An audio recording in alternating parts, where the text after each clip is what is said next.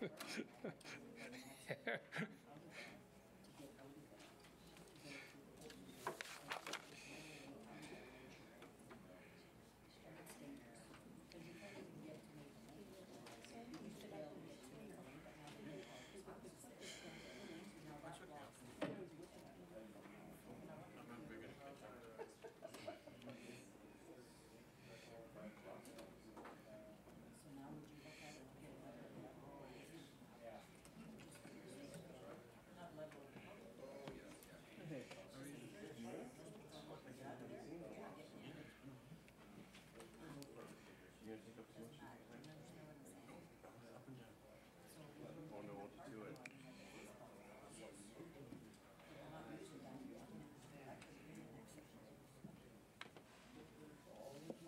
forgot to check. I just opened my agenda to see the email. That's what I said.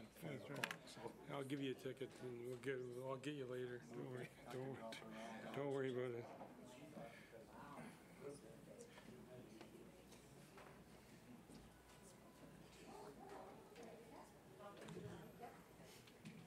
One minute, please.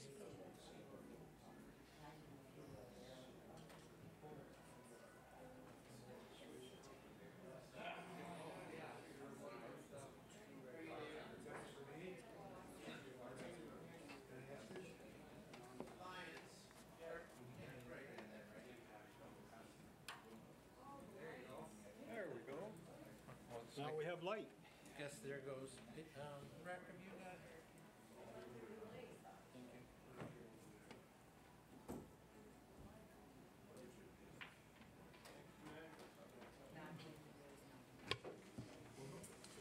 Councillor Rosehart, are you all ready and Freddie?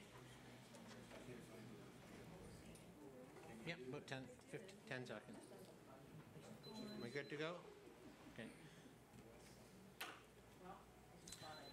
Good evening, ladies and gentlemen, and welcome to our first regularly scheduled council meeting for the month of May 2018. It is May the 14th. We'll call our meeting to order at 6 o'clock. Welcome all those in attendance. There's a fairly comprehensive agenda, and at this point in time, to get to that agenda, we'll call on Councillor Rosehart, please. Moved by myself, seconded by Councillor Hayes, that the agenda as prepared for council meeting of Monday, May 14th, 2018 be adopted. Thank you. Thank you, Councillor Rosehart. Discussion? We'll call a question. All those in favor? Opposed? Resolution is carried. Regarding that now passed agenda, are there any disclosures of pecuniary interest or general nature thereof from members present? Seeing none, we move to the adoption of council minutes from April the 23rd. Councillor Rosehart, please. Moved by myself, seconded by Councillor Hayes, that the minutes of council meeting of April 23rd, 2018 be approved. Thank you. Thank you, Councillor Rosehart. Council, you've heard the resolution. You've had a chance to review those minutes. Discussion? All those in favor? Opposed? Resolution is carried. There are three, we move to the public meeting portion of our agenda at this point in time. There are three items that require consideration of a minor variance at this point in time to move into committee adjustment. I'd ask Councillor Hayes if you have that resolution, please.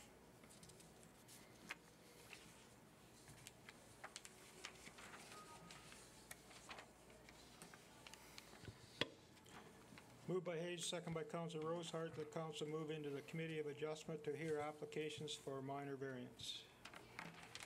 Thank you, Councillor Hayes. Discussion? All those in favor? Opposed? Resolution is carried. Our first application is application A05/18. It's an application to one, increase maximum lot coverage from 33% to 38.9%, and two, to reduce rear yard from 39.3 feet to 30.2 feet to allow for the construction of a one-story single detached dwelling and accessory building at 77 Woodland Crescent. Mr. Gilbert is in attendance from the Planning Department, and he has comment. Welcome, sir. Thank you. This is two minor variances to permit the construction of a single detached dwelling with an attached garage and a detached accessory structure. The dwelling will have an approximate area of 235 square meters, and the shed will be approximately 14.86 square meters. The property is zoned R1, which generally permits 33% lot coverage and requires a rear yard depth of 12 meters. In this case, there is a covered deck, but the covered deck will actually mirror with the wall of the dwelling. So the reduced rear yard depth is 9.2 meters. The coverage, as noted, is 38.9%. In this instance, there is still enough remaining area for amenity space, drainage. There's sufficient area in the front for parking, and the setback is similar to other properties that have covered decks in the area. And it's not anticipated that it's not anticipated that the dwelling will impact any adjacent properties. As such, planning staff recommend approval subject to the noted condition. Thank you very much, Mr. Gilbert. The minor variance meetings that we will be holding this evening are held under the Planning Act, and if anyone has the opportunity to like to speak either in favor or in opposition or has any general questions regarding that, you'll be offered the opportunity to do so. Failure to do so this evening or in writing subsequent to this application, you may not be considered appealable at the local planning appeal tribunal. Are there questions for the planner from members of council?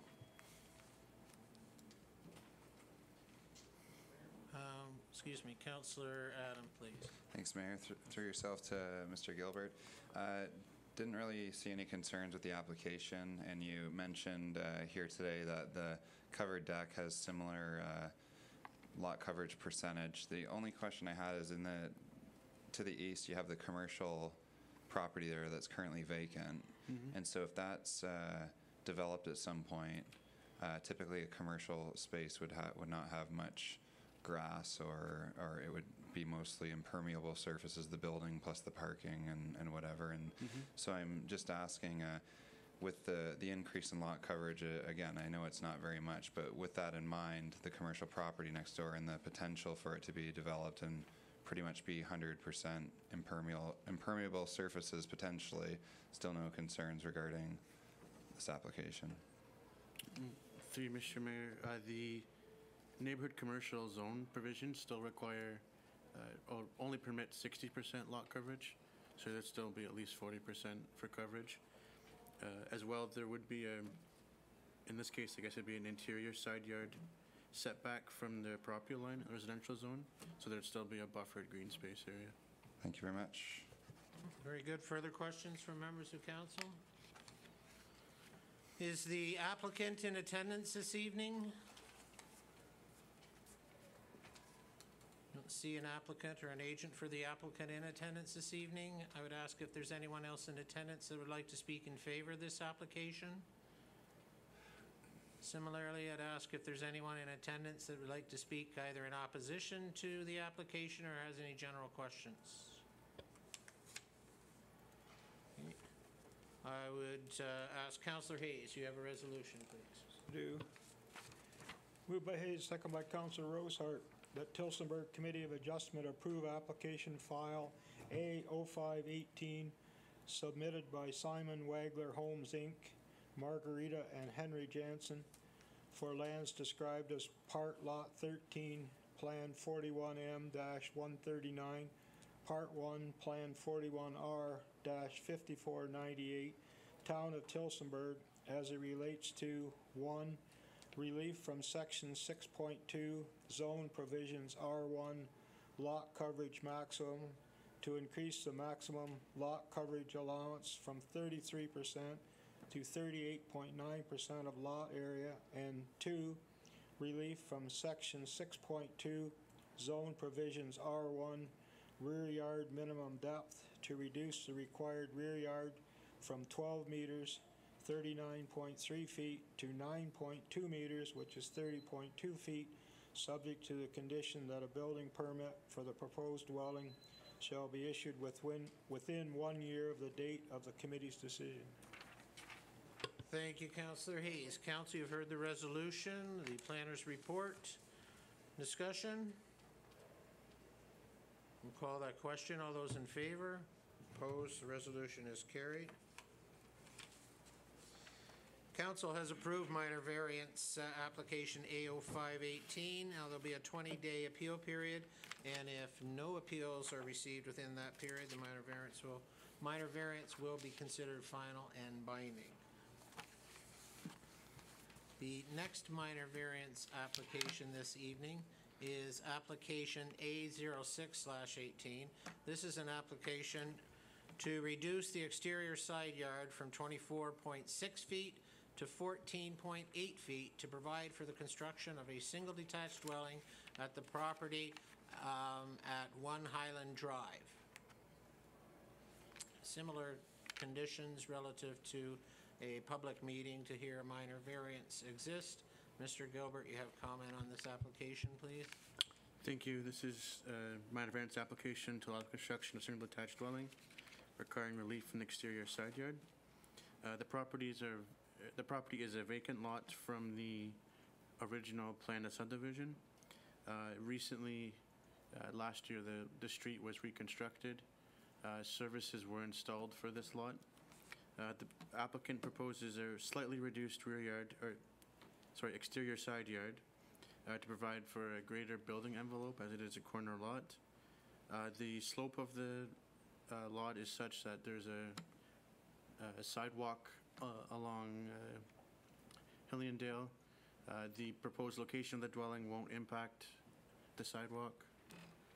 The town engineering staff have indicated there's no concerns with the proposal, and the proposed dwelling is not anticipated to have any negative impacts on sight lines for vehicle or other pedestrian traffic. And the Conservation Authority has indicated that they have no concerns with the application, but the application does, or the building permit will require a permit from the Conservation Authority. Staff have considered this request minor and desirable for the development of the property and recommend approval subject to the noted condition. Thank you very much. Mr. Gilbert, are there questions for the planner from members of council, please? Councillor Stevenson. Thank you, Mr. Mayor. Just a question.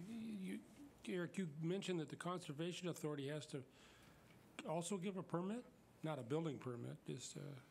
I'm just curious about that. Through you, Mr. Mayor, the lands are within the regulation limit, so they have to get a permit from the Conservation Authority before the town can issue the building permit. I take it everyone along there had to get one. If they did, they're in the middle.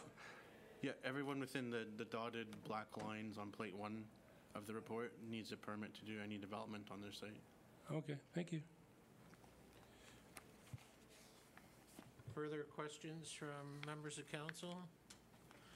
Just a couple things and I just do want to publicly acknowledge that to the southeast, the immediate property across the street, 2 adjacent properties there is my home, but I have no interest other than in my responsibilities on council. But I do want to ensure that the current curb that's cut on Highland Drive is intended to be the curb that's accessing the driveway of the proposed dwelling? I believe so. We'd have to confirm once the building permit and the lot grading plan is submitted. There'll be an opportunity. If he didn't answer it correctly, there's an opportunity, I know. And there's actually a question from a neighbor. This is 1 Highland Drive? Yes. It won't be 21 Hill, it's 1 No, Highland it'll be Drive? addressed off Highland. Okay. And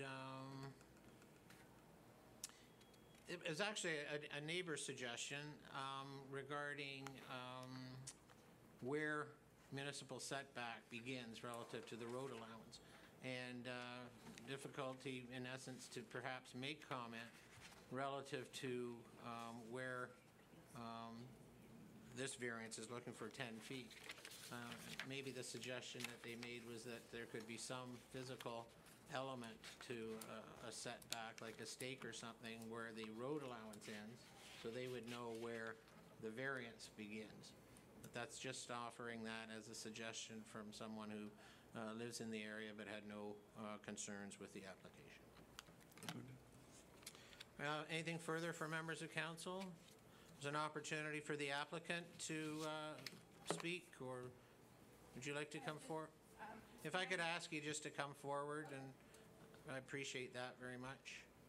And just state your name and then any No, it's comment. Nicole Wilson, and my husband is the builder, Steve Wilson. Okay. He just couldn't be in attendance Okay. tonight for Briarwood Contracting. And yes, the laneway entrance that is currently the curb cut is the proposed entrance for that particular lot at the new address of 1 Highland versus 21 Hilliandale. Okay. Are there any questions for the agent representing the applicant? Seeing none, thanks very much. Thank you. I'd ask if there's anyone else in attendance that would like to speak in favor of this application. Similarly, I'd ask if there's anyone in attendance that'd like to speak in opposition or have any general questions regarding this application. Any further questions or comments from members of council? Deputy Mayor, I believe you have a resolution. I do, sir. It's moved by myself, seconded by Councillor Adam, that Tillsonburg Committee of Adjustment approve application file A0618 submitted by Steve Wilson for Shane Michael Carpani for lands described as Lot 3, Plan 986, Town of Tillsonburg, as it relates to relief from Section 6.2, Zone Provisions R1, exterior side yard width to reduce the required exterior side yard width from 7.5 meters to 4.5 meters to facilitate the construction of a single detached dwelling with the attached garage, or an attached garage, pardon me, subject to the condition that a building permit for the proposed dwelling shall be issued within 1 year of the date of the committee's decision. Thank you, Deputy Mayor. Council, discussion on the resolution, please. Seeing none, we'll call the question as written. All those in favor? Opposed? That resolution is carried. Minor variance application A0618 has been approved. There'll be a 20-day appeal period. No appeals are received within that period. The minor variance will be considered final and binding. We wish you well. Thank you very much. Our third and final application is application for minor variance A0718. This is an application to increase permitted projection into their front yard and exterior side yard from 9.8 feet to 21.16 feet, and to also reduce the minimum setback from the front and exterior lot line from 9.8 feet to 3.4 feet to permit the construction of an uncovered deck on an existing dwelling at 38 Delavan Crescent. And the same terms and conditions relative to the Planning Act and the Land Committee exist as we review this application. Mr. Gilbert, you have comment, please. Thank you. This is a minor variance application to permit the construction of an uncovered deck at the front of an existing dwelling. There was some concern raised from the town building department regarding sightline visibility, and that was the reason for the amended recommendation. The applicant has indicated that he would like a deferral to discuss this comment with the town staff, and then we would bring the application either modified or in its original form back to council for future consideration. Are there questions on the application or the presentation by Mr. Gilbert by members of council?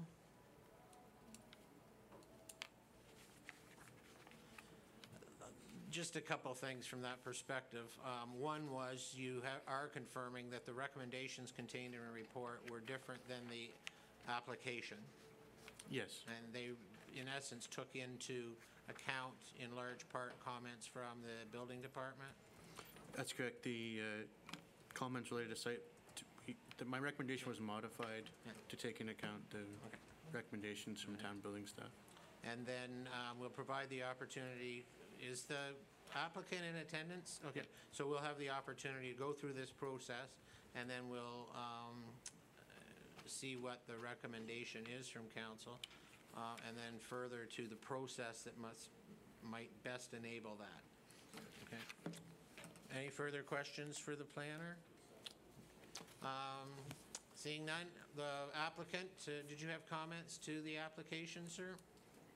Could you just come forward, introduce yourself, and perhaps make any comment, and I'm sure primarily reinforce maybe what Mr. Gilbert had just introduced. Yeah, I'm Marty Carrier from 30 Delvin. There's actually a tree where the edge of the deck would actually be. So for the sight lines, we're just going to talk to Gino to see about, because the deck isn't going to be that high.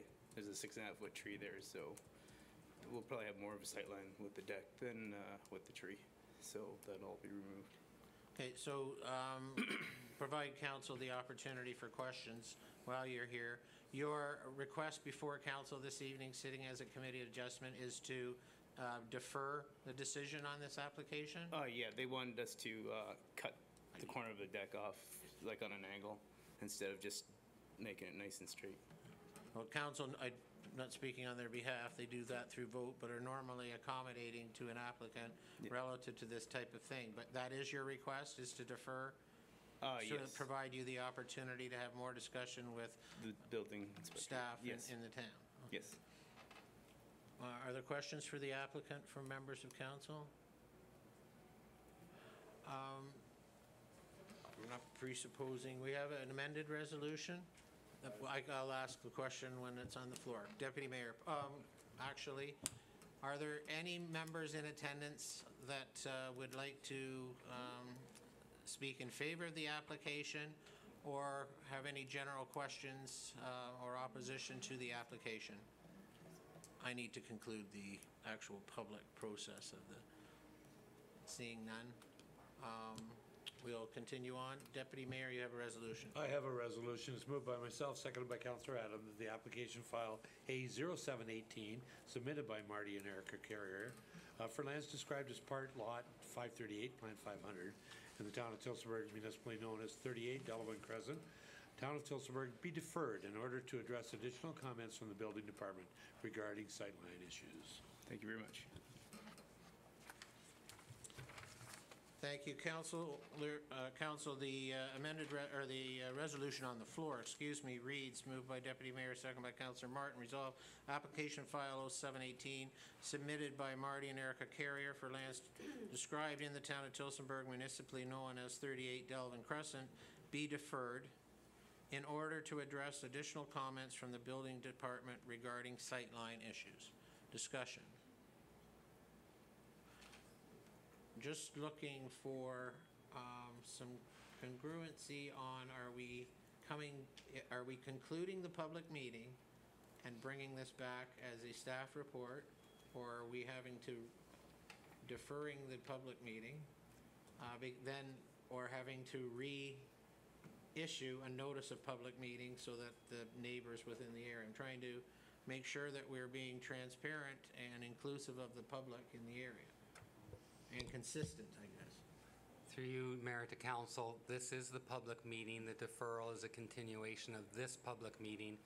Anybody that was interested in understanding Council's recommendation should have been here this evening, so there is no requirement to give additional notice. This will just come back at the appropriate time. What I would suggest, though, is that the deferral be given a date as to when this should come back.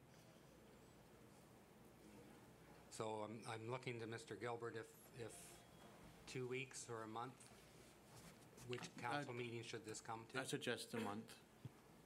So the first meeting. First meeting in June, then.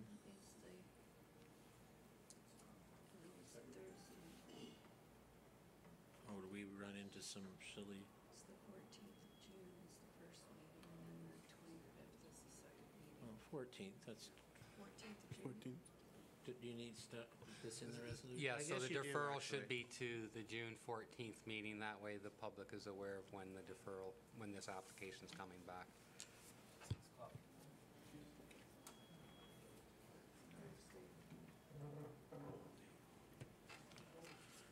So that'll be deferred until June the 14th in order to address additional comments from the building department regarding sightline issues. That's the amended resolution.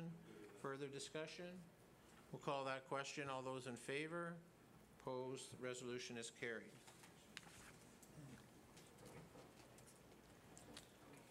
Councillor Stevenson? Oh, good. Very good. Thank you, Councillor.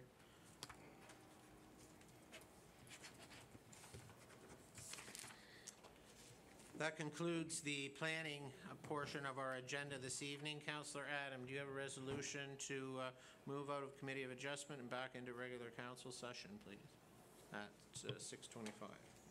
I do. It's been moved by myself, seconded by Deputy Mayor Barras, that council move out of the Committee of Adjustment and move back into regular council session. Thank you, Councillor Adam. Discussion? All those in favor? Opposed? Resolution is carried.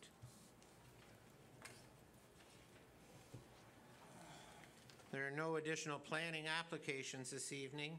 We have two items under Section 8, delegations and presentations. Under 8.1, it's a pleasure to recognize a local citizen in the capacity of the 2018 Ontario Senior of the Year Award. And at this point in time, I would call upon Councillor Stevenson, also a member of the Special Awards Advisory Committee, to begin this presentation, please.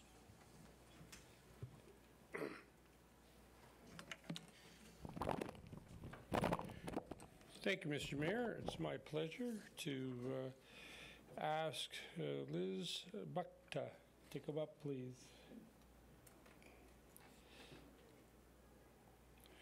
While she's on her way up, I'll begin the little thing to why we're recognizing Liz tonight. Liz was nominated for her significant volunteer contributions to our community in the past year. She has been selected as the 2018 Ontario Senior of the Year for the town of Tillsonburg. This award is presented to seniors who have contributed to different fields in their community. Liz has been volunteering for over a year, giving advice and helping to enhance the gardens at Annandale Museum. She has spent countless hours each day and week in the gardens, watering, pruning, beautifying the space. Last year, the Annandale Museum gardens were completely overhauled, and Liz was a major reason for this project being possible. Liz stepped up with others, and when others were too daunted to take on tasks such as pulling weeds and digging out bushes, Liz came with her own ideas and experience and acted as a mentor for many during this process. She has accomplished so much with the gardens and helped make the gardens a beautiful place for all of us and for the community to enjoy. Congratulations. I'd like to call the mayor up, if you would. Congratulations. Thank you very much. Congratulations, Thank you. Liz, and thank you, Councillor Stevenson. Thank you. This is totally unexpected. This presentation is actually made to yourself, Liz Bukta, by the municipality of the town of Tillsonburg, but it's actually facilitated by the Minister of Senior Affairs and her Honourable Elizabeth Dowdeswell, the Lieutenant Governor of the Province of Ontario. It is the Senior of the Year Award in the town of Tillsonburg, as facilitated by the provincial government, and we'd like to thank them for their partnership in this initiative as well. So congratulations to you. Oh, thank you. We're just going to get a little shot here. Yes. Smile, Brian, is a happy occasion. Put my thumb over the spelling. That's okay. Everybody spells their name wrong. There's just a tradition that we also like to share with you, a little bit of pictorial history of the community, and perhaps Councillor Stephen can add to our normal presentation of the our volunteer pin. Again, I wasn't expecting anything for doing. I just do it because I love gardening Well, and just love beautifying. oh well, and- maybe I could be helped myself. Yeah, I know, because everybody says to me, well, do you want to come over and pull some weeds at my place or here and there? And I think you are a perfect example of people doing things from the heart, for the spirit of caring and giving, and the passion that ultimately makes our community both unique and special. Yes. And I think as we focus on that, recognizing that June across the province of Ontario, and of course here in Tillsonburg, is Seniors Month, and we'll look forward to celebrating all the wonderful things that our inclusive community brings through the seniors in Tillsonburg. So thank you very much. Well, I had to find something to do when I retired, and this keeps me going, and I'm doing something I love. And I love gardening, and I love trying to make Tillsonburg a beautiful place to live. So thank you, everybody. Oh, yeah, you will. Hey, I'm right back to gardening. Yeah, okay, thank you.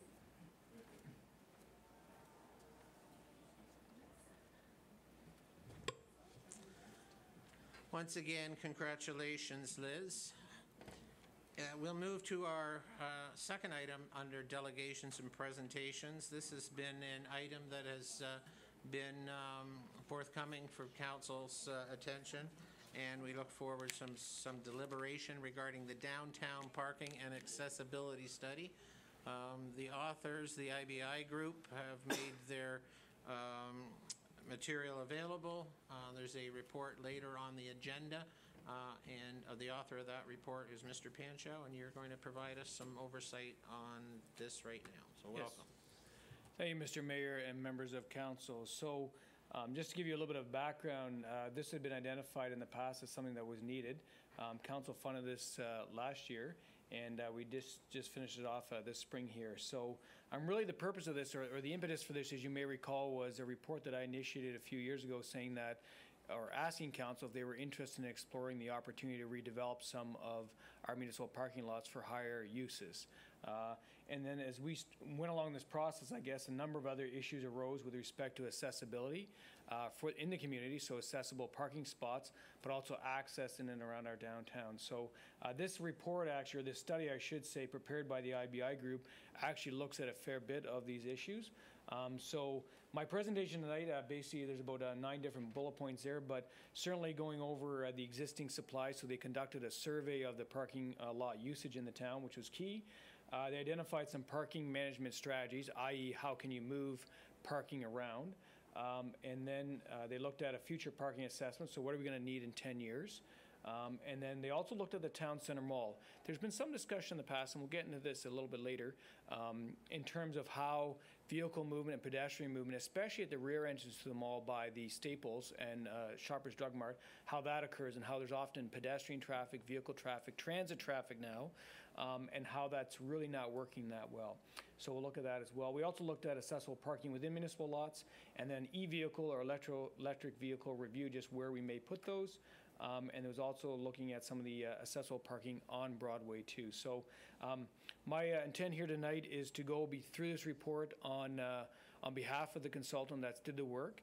Certainly been involved with this project all along. I will note as well that we've had a representation from the Director of Operations and some of his staff, and also Eric Gilbert and the Chief Building Official, the Senior Planner, I should say, for the county, and then the Chief Building Official, Gino. So there's been a lot of good input. So you have this in front of you, so some of the, because it is a map, it's hard to see exactly, but essentially the consultant looked at all of these municipal parking lots in the downtown. So these would be, these green lines here, this is Broadway, of course.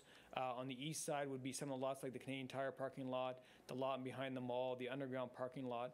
And on the west side, you'll notice there is less parking there as well. So some of these lots on the west side tend to be the ones where there's more constraint and higher usage. Just looking at the bullet points there, I think I've covered off all those bullet points, so I'm going to move on. So looking at the existing conditions, supply and demand. So in essence, what we're interested here is the bottom line here. So you can see there's about 1,647 municipal parking spots in the town of Tillsonburg, in municipal lots in the downtown. The consultant actually had some extra time, I guess, when they were doing the traffic survey, and they actually did included Broadway as well, free of charge. So they looked at Broadway and how many parking spaces were used along Broadway too. So in total, they estimated the supply, if you will, in municipal lots, and then including the Broadway spaces at about 1,800 parking spaces in the downtown. So here's the existing conditions, supply and demand. So in general, the parking demand increases during the mornings, plateaus midday, and then gradually decreases through the late afternoon and into the evening. The following peak parking demand was observed. So basically during the weekday between 11 a.m. and 12 p.m., so basically just before noon, when it peaked at about a 57% utilization. And the weekend it peaked at between 12 and 1, actually, so over the lunch hour on a Saturday at 43% utilization. So essentially this red line here is the total capacity, the total number of spaces in the downtown. And then here's the weekday, the blue line being the weekday peak, so you can kind of see how that goes. And then the weekend was a shorter period surveyed, but essentially follows the same trajectory, just a little bit lower. And I can't read that number. I think it peaked, 57%, is, if I'm reading that correctly, is what it peaked at during the weekday. So in terms of the lots that peaked, you can see here, what's key here is not being able to read the numbers on here, but more importantly that these are the ones over. They defined a peak or a capacity usage as anything over 85% effective capacity. So we have 6 lots where that happens. So this is the lot down by Harvey Street on the east side of Broadway, Broadway being here again, of course. The lot in behind the mall, and the lot at the north end of the mall. And then on the west side of Broadway, certainly the lot in behind the library, we call it 1B, I believe it is, 2B, which is in behind, basically just south of Rideout Street there, and then the last lot would be down here at the south end of our downtown. So those are lots where we have over 85% effective usage. So certainly those will be lots where there's the most parking pressure. The circles here are interesting because typically the consultant says that they actually say an alternative parking space or lot could be anything within 300 to 450 meters. And we say, well, is that standard actually applicable to Tillsonburg because we are a smaller community, and one, we do have a fair bit of people that are in the older demographic. So they actually cut these radius circles here are basically 150 meters across. So their normal standard is about 300 meters. So they would say that if you're trying to park here and walk all the way over here, that 300 meters, which would be roughly over here, is reasonable. What we asked them to do was say, for Tillsonburg, can you use a much tighter standard or smaller standard, which is 150 meters? So again, these are 150 meters radius or circles around those parking spots. So you can see most parking spaces, or parking lots, I should say, actually do have a number of other lots within that radius that people can park in if they can't find a parking space in a particular lot. The one lot that they do note that that's not the case for is 1B, so that's the library lot right here, and then also the lot just south of that, lot 2B we call it, that is also basically doesn't have great opportunities within 150 meters. You have to cross Broadway and you're barely touching on those lots. So that certainly was an area that they identified as a bit of concern here on the west side of Broadway. One of their suggestions actually, which was interesting, was that Tillsonburg, we could consider that in these lots basically where we have a lot of demand, so these lots over here, we could actually not only have accessible spots but also have perhaps some senior-friendly spots or family-friendly spots. So one of our, we'll talk about this a bit more maybe later, but one of Tillsonburg's target markets is the middle third, so that's generally people with families, so maybe we consider putting in a few parent parking spaces in those lots to help, again, those people that find parking that may not be able to walk as far, if you will. One of the things that's been raised, and certainly, and we'll talk about this a bit later, but certainly there's been a fair bit of consultation with this. And one of the things raised was, well, you did this survey in January. How representative is that of the rest of the year? And so what our consultant did, and they thought that this would be the most appropriate thing, they actually increased the parking demand for each lot by 15% and then saw where the numbers fell, I guess, if you will. So really nothing changes. I mean, the same 6 lots, again, the 3 on the east side of Broadway, the 3 on the west side of Broadway, were obviously over capacity, and I think this one here peaked out at over 101% basically, and a couple of these ones are up over 100 as well. So in essence, all you did was basically increase the already busy lots to be even more busier, to have higher demand for them. But they said that based on their analysis, they believe that this parking, some of this parking demand, some of this people that want to park there could actually be allocated to other parking lots. And that could be done through a number of things. So for example, we could put up signage where we say that if you're looking for a spot, you can't find one in this lot, here's the 2 closest lots that you could drive to and get parking. So there's a number of things to look at, certainly. And they actually said that even based on this, that a parking supply expansion is not considered necessary based upon a 15% projected increase in demand. So I'm not going to read through every point here, but essentially they said that these are the parking management strategies we talked about. Paid parking, of course, is always one that is a strategy to reduce demand. If you have to pay for something, typically you want less of it. I believe in the report, they mentioned that this is probably something that you could consider for some lots, but probably not in the near future. It's probably a future thing. The other thing they did talk about, which I think is perhaps most relevant, is the parking duration restrictions. We actually only have a number of lots, a few parking spaces in perhaps 4 lots where we actually have a 2-hour time limit. So their suggestion was actually, well, maybe you need to look at more of that so that, again, retailers that have customers, et cetera, can get their customers in there, and it's not people that are working all day in the downtown just sitting there holding a spot that's close to, wherever they may be going. So I think that's certainly something that should be looked at in the future. So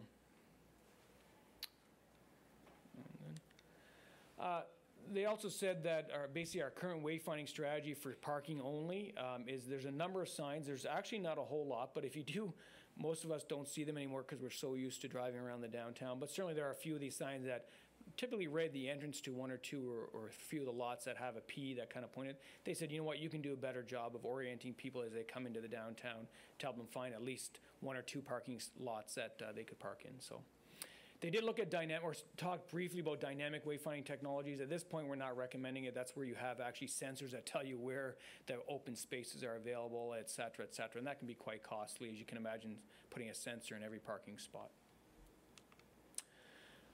In terms of future parking assessment, they looked at a number of things. So they looked at the first point there is background population growth. So in the Tillsonburg area, how much population growth we're going to have. They identified 6.1% over the next 10 years. Personal vehicle modal split, that's a fancy way of saying that there's the potential for people to stop using cars or perhaps move to electric vehicles or bike or walk as more and more focuses on living healthy and perhaps not using a car to commute everywhere. In a market like Tillsonburg, there's some doubt expressed whether we'll see that, but it's potentially certainly there. Some of the new developments that we've identified on the horizon in the downtown are included in this study. Parking supply losses, and that's namely the 13 spaces on Broadway there for that one development. And then the biggest one actually, or one of the biggest ones, is that moving more general parking spaces into accessible parking spaces, because as you know, the accessible or handicap spots tend to take up more space. So when they do that, they eat up basically general parking spaces. So the bottom line is that you can see here a number of increases here. So we're going to see 63 more vehicles in the downtown over 10 years because of population growth, potentially 20 less vehicles because of conversion to walking or biking. New developments plus 11 vehicles, pretty modest. We have the 13 spaces lost I mentioned already. And then the accessible parking conversion is 52 off-street parking spaces lost and then 16 on-street spaces lost. So that's certainly significant. Overall, plus 54 vehicles and 81 spaces lost is what they came at for the next 10 years. So in essence, this slide basically summarizes that a number of lots, again, the same lots we've talked about before, the 6 lots are projected to operate above the 85% effective capacity. To remain under this 85% utilization, they're recommending that demand can be, or parking demand, if you will, can be moved to other lots. So for example, if you're down here at the south end of Broadway, that lot 2B and lot 3B would actually could be encouraged to park down the lot, the far end that has a lower utilization rate. For the library lot, that could actually be moved up to the lot just next to Kelsey's. And then over here, you can see that the 2 lots in behind the mall, so I think it's 1A and 7A, so the north end of the mall and east of the mall, could actually be encouraged to park in the Canadian Tire parking lot, which is also a municipal lot, and it has quite a bit lower usage, I should say.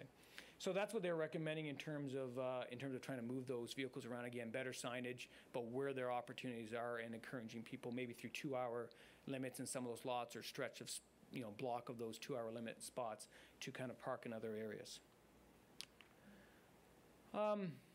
One of the things I looked at, and I guess my key involvement is certainly along the lines of parking lot redevelopment. So working with a consultant, they basically said that if you've got low utilization of parking lot, that's obviously an easy one to consider for redevelopment. Now that we have the numbers that council has approved to get this done, we have the numbers to look at and see whether or not a lot should be considered for redevelopment. One of the things here that we pushed a consultant a bit on, this was, again, this internal staff team that looked at it, was more along the lines of, well, what happens if we do, there's a great redevelopment opportunity in a lot that maybe has a little bit higher threshold or higher usage, shall we say. They're saying that essentially that here's some criteria to guide you. I mean, at the end of the day, council makes the decision, but these criteria here, so if your lot is used at less than 50% capacity, then maybe you don't need to replace any of those parking spots that you're going to use up for a new development. But of course, at the extreme end, if your lot, let's say the lot at the north end of the mall has a greater than 85% existing utilization, then a minimum 100% of the parking spaces lost should be replaced. And that kind of makes sense, right? If you're going to that might have to be a parking structure or something, we don't know. But really, this kind of gives us a metric to kind of gauge about how much of those spaces should be lost if council were to approve redevelopment of any of those lots. So again, a guideline, but I think something that's useful to consider. Moving on then, so that's the traffic survey, I guess, results of the study. The next stage here is actually the town center mall review. So this, You got how many slides in it? I've got a few more slides. No, 9 bullet points, Mr. Mayor. There's a number of slides associated with each bullet point. Oh, okay. I'm going to try to keep it, but if it's, Councillor Stevenson. I thought you were splitting it into the parking and then you're going to the mall problem. If you, I can wait, I mean. Want me to finish, Mr. Mayor? Yeah, let's try to, but we'll go to Councillor Stevenson first then. Okay. Thanks. So as mentioned, just to give you, this is an aerial photo of the mall area. So this, of course, we're sitting roughly right about here, if you will. This would be the front kind of area of the mall. So this area here is called, I guess, location 1. Currently, there's a loading zone there and then some pedestrian parking. On the east side of the mall or the back of the mall, this kind of whole area is a pretty intense area. So we asked them to look at that, provide some advice based upon their experience. So again, they talk about Broadway. Of course, we all know it's a major arterial. It has a very heavy pedestrian activity. This one was pretty straightforward. They considered that an optimal location for a shared transit stop. And what they suggested is this spot here. So the north end kind of there where you can get, and the reason for this is actually because there's a wheelchair accessible pathway right into the mall alongside the mall here. And this would be either a transit and or pedestrian drop-off zone that would be created. The commercial loading zone, not too much change here. The commercial loading zone would remain roughly where it is right now, but the addition of this kind of drop-off zone for both transit and other people would be an addition or a change that we had not contemplated. The second one, actually, I'm going to go to the picture because I think that's probably a bit easier. So this, again, is the back of the mall. So again, Staples is here, Shoppers here. This is the mall entrance. As you know, right now, we talked about the fact that, one, we have vehicles that stop right here and then kind of move through. We have cars moving this way, both ways. We have cars moving this way, both ways. Cars moving both this way, cars moving this way, etc. There's a lot going on back there. If you've been back there, you've seen the transit bus stopped. You've probably seen a taxi stopped and someone else dropping off a relative or something like that. So the actual recommendation is to get rid of all the parking along this mall here, which is vertical parking, and replace it with a combination of a taxi stand. This would be a transit and or a regular kind of person, I guess, pick up and drop off zone. And then over here, we'd actually would be kind of there would be a stop sign here, if you will, so nobody would be allowed into this crosswalk area. The other thing that would be interesting as well is these creation of these pedestrian waiting areas. So on either side of this kind of zone here, you'd actually have the ability to stand there and not be afraid of getting hit by cars, if you will. So I think that's a key thing. The other thing that staff, certainly we've talked about, and this of course has come back for more input in that, but they've also suggested actually that we make Harvey Street a one-way, because that is a relatively narrow street. And so therefore what they'll do is it'll reduce a lot of these conflicts of vehicles moving in here or here. And potentially, and the consideration might be to make this one way as well. So,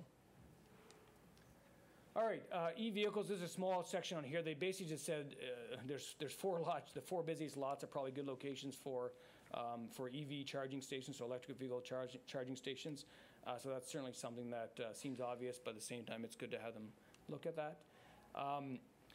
very quickly, I won't spend a lot of time on this, but again, they looked at every municipal lot within the downtown and basically identified which lots were deficient, and that's where they came up with a number of 34 deficient spaces, if you will, in our municipal parking lots.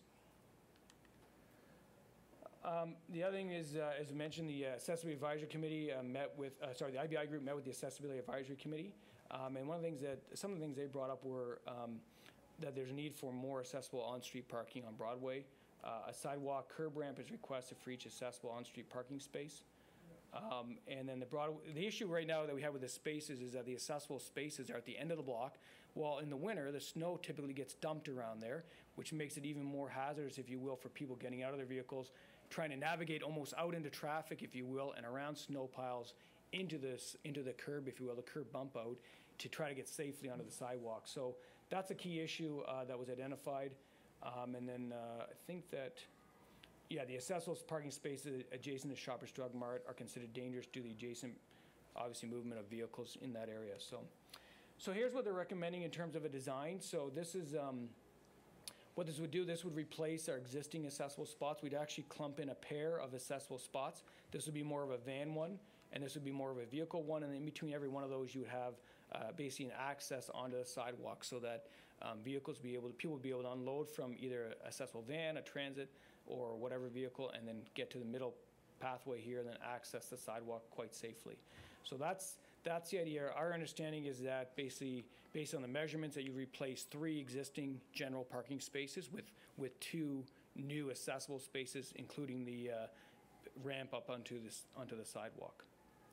So these would be mid-block instead of end-of-block, and what that would do is, of course, it would get people quickly out of the vehicles and safely onto the sidewalk without having to venture out into traffic.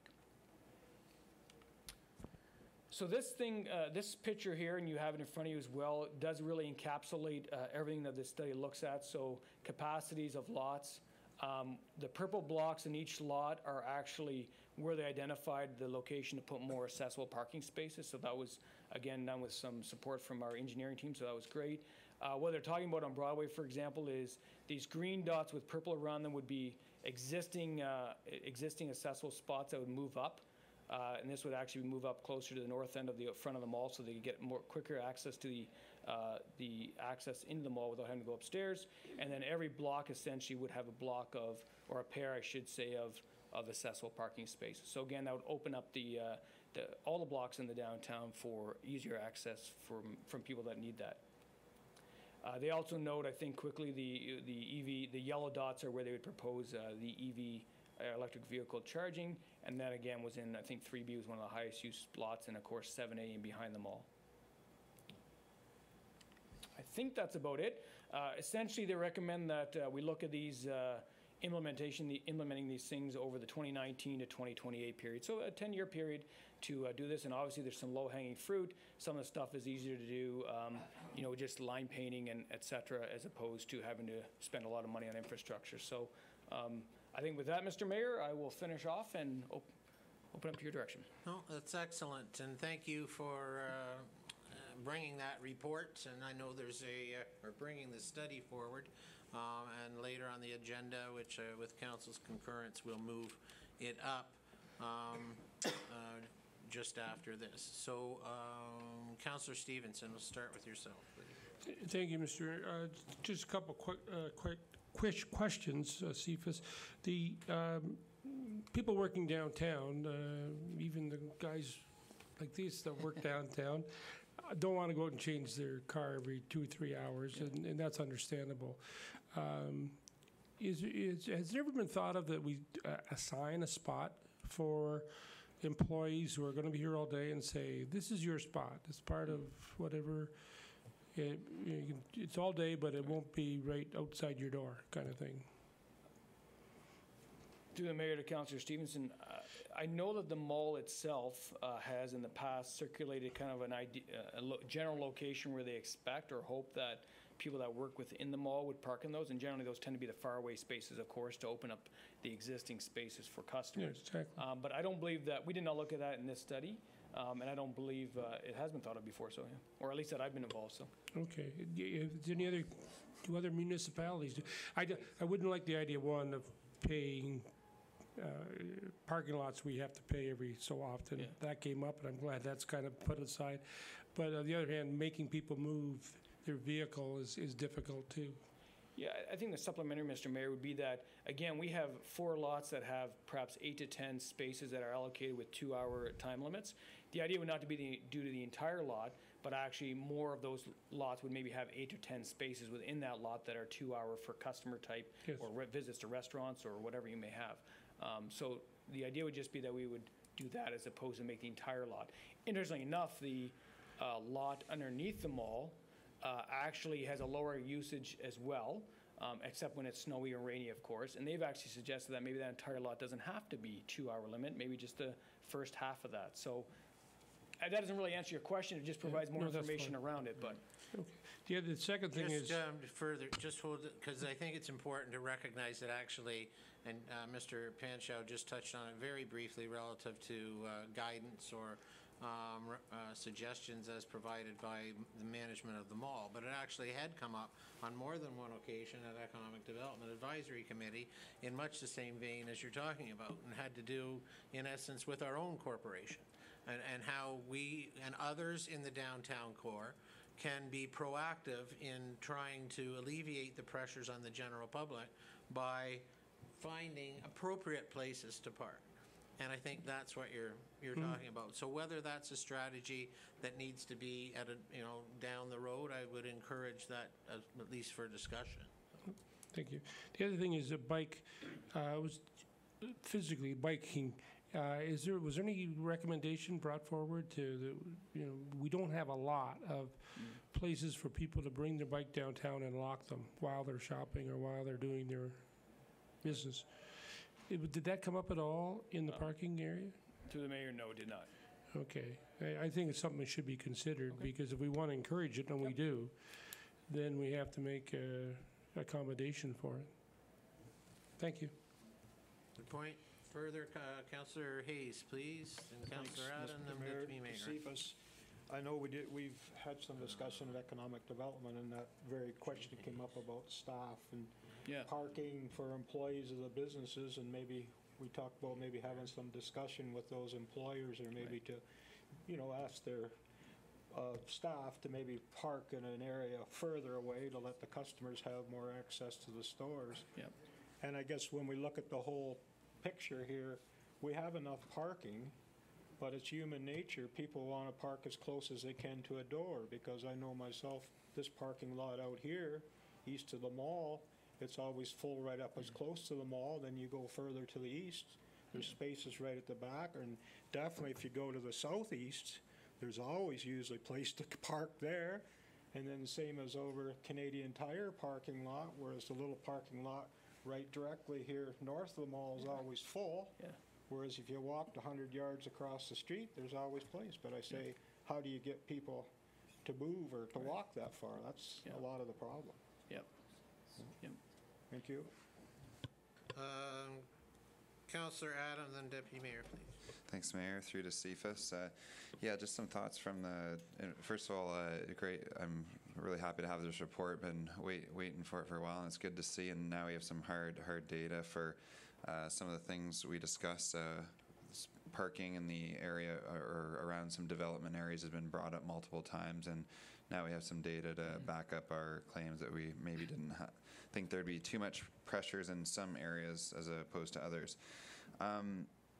I guess some of the things one of the things that was surprising to me was I thought we in downtown had substantially more accessible parking spots than we actually do. We only have 34, so I think we need to, like the strategy outlines, make some movement on that. Also, the going to other municipalities, I think I agree with you, Surface. I agree with you, Cephas, on to have some family parking option spots available. Yeah. I think that'd be great for the downtown. And just the general strategy out here to the east, because it's oftentimes a mess down there trying to get through with all the pedestrian and different traffic types. You touched on the you didn't identify anything yet for redevelopment, but it appears that the lot to the far east, I guess you see maybe horse-drawn carriages parked down there. Most of the time, that's about it. But certainly low density there. And I know based on this data, like I'd be comfortable implementing a 2-hour strategy. And having worked at the mall, I know I've received the notification in regards to the parking, and I think employees kind of follow it for the first little bit, then they fall back into the habits. But I think 2-hour parking would have the potential to really help that out. I think we'll probably hold off on other comments or questions till you have the presentation a little bit later on the agenda. So, thank you. Thank you. Good. Deputy Mayor, please. Thank you. Through you, and I'll get right to the point, I've done a little bit of research here on Google. Back when the mall came in about 1980, and a lot of the specifications came in on the street about wheelbases of vehicles. And at that time, cars were going from the great big boats of the mid-70s, and they were shrinking them to, and I've got here 115.9-inch wheelbases. And that covers today's Toyota Camry, and I don't want to do any advertising for any of the car companies, but your mid-sized vehicles, your cars. But if you look at the dealerships that are out there and look at the parking lots that are out there, we tend to be going to the 4-passenger 2x4 pickup trucks, which have a 122.4-inch wheelbase. I drive one. And I know that when I drive on the various side streets, Rideout Street, Brock, Oxford, Baldwin, and I go to parallel park, which is practically impossible because it's a very long vehicle compared to what these parking spots at the mall were designed and painted for at the time. Underground parking, good example. It's practically impossible to squeeze that truck in there, and there's more and more of them all the time. My point is, when we do the parallel line painting on these streets I just named, the 5 streets that run east and west, I think we should consider maybe a little more bumper-to-bumper space, because I am overhanging the lines on my 2 bumpers. And I don't want to get a ticket, but there's just no way I could squeeze that in.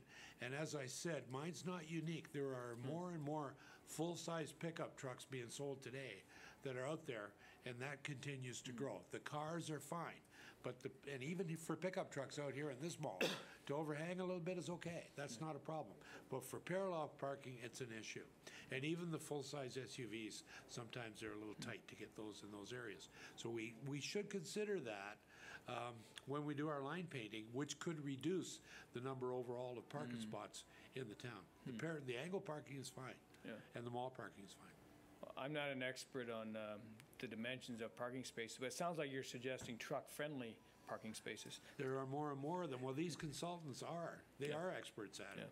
And I think that should be added to the report before it's finally adopted. If it's not, we're going to have, if they go more and more to full-size trucks and full-size vehicles, like I say, these parking spots were designed around 1980 or in the early 80s when cars were shrinking, not expanding. So it should be made note of for this report. I've got the note. Thank you. Further questions from members of council to the presentation? Just in the summary comments, conclusions, recommendations, and I don't know how it ultimately balanced off with material included in report DCS 1821, but there are a couple things. I'll ask the question this way: replace existing Broadway on-street accessible parking with paired mid-block spaces. And it's referenced as a 3-year action plan beginning in 2021. Is that accurate?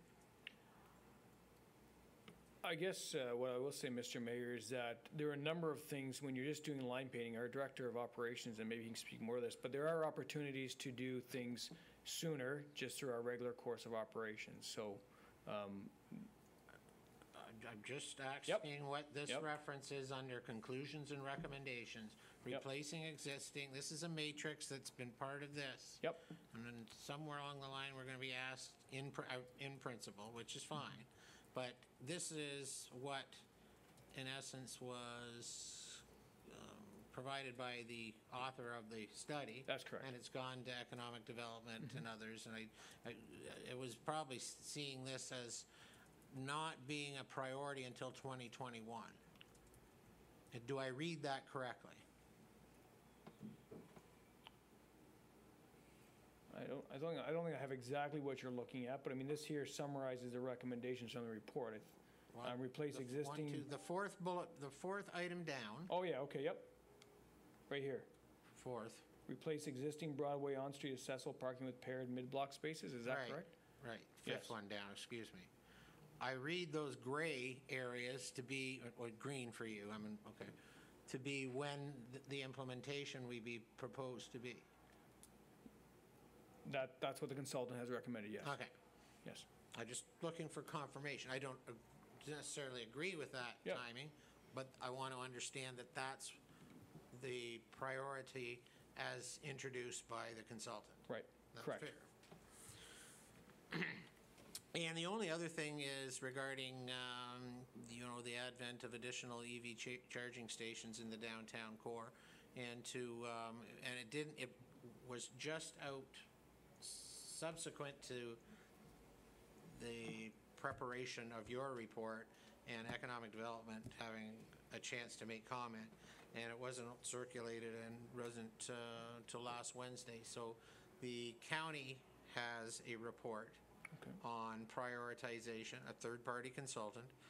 I'm just want to ensure that we're all working together, because there were things in that I was, I wouldn't say dissatisfied, but less than satisfied about priority. And this is our downtown, and yet there were comments made on what they felt were the priority locations in Tillsonburg's downtown, and I want to make sure that we're working together on that. Sure. Okay, that's excellent. Thank you.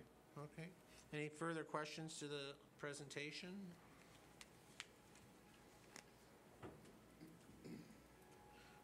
Councillor Adam, you have a resolution, please. It's been moved by myself, seconded by Deputy Mayor Barras, that council receives the downtown parking and accessibility study presentation as information. Thank you, Councillor Adam. Further discussion? All those in favor?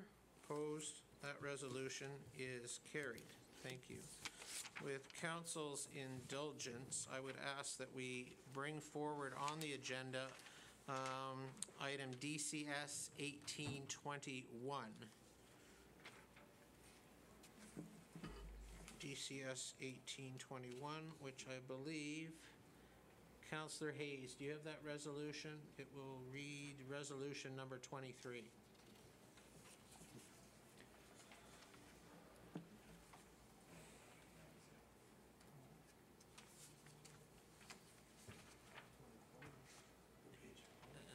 It's going to read downtown. The council receives report DCS 1821.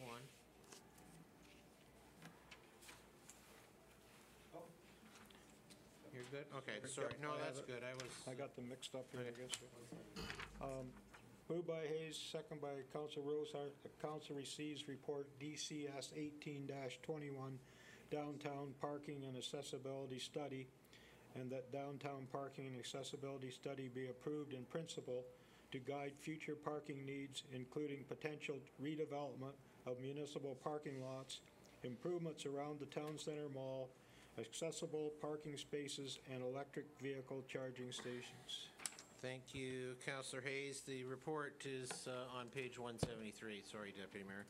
And I know originally there was an anticipation that the author was going to be here. That's why I thought it might be best to bring it forward. So, questions to that resolution? Deputy Mayor, please. Thank you. I don't want to approve this until what I just said I think is quite valuable, that we have to look at some of the parallel parking areas on the east and west areas to make sure that the dimensions are for larger vehicles. So adopting this does not allow that to happen. It allows replacement of those lines and not adjustments to those lines on the east-west streets for the larger vehicles. And I'm just trying to stay up with other cities, other municipalities who are making those changes because of the larger vehicles. So how do we write that in? Well, I would encourage us that we've had great conversation, including that point, which I hadn't thought of, which I think is extremely pertinent. The resolution is to receive and that to approve this study in principle. Okay. So in principle, there is no guidance or direction other than to use this as a guide to bring forward any future recommendations.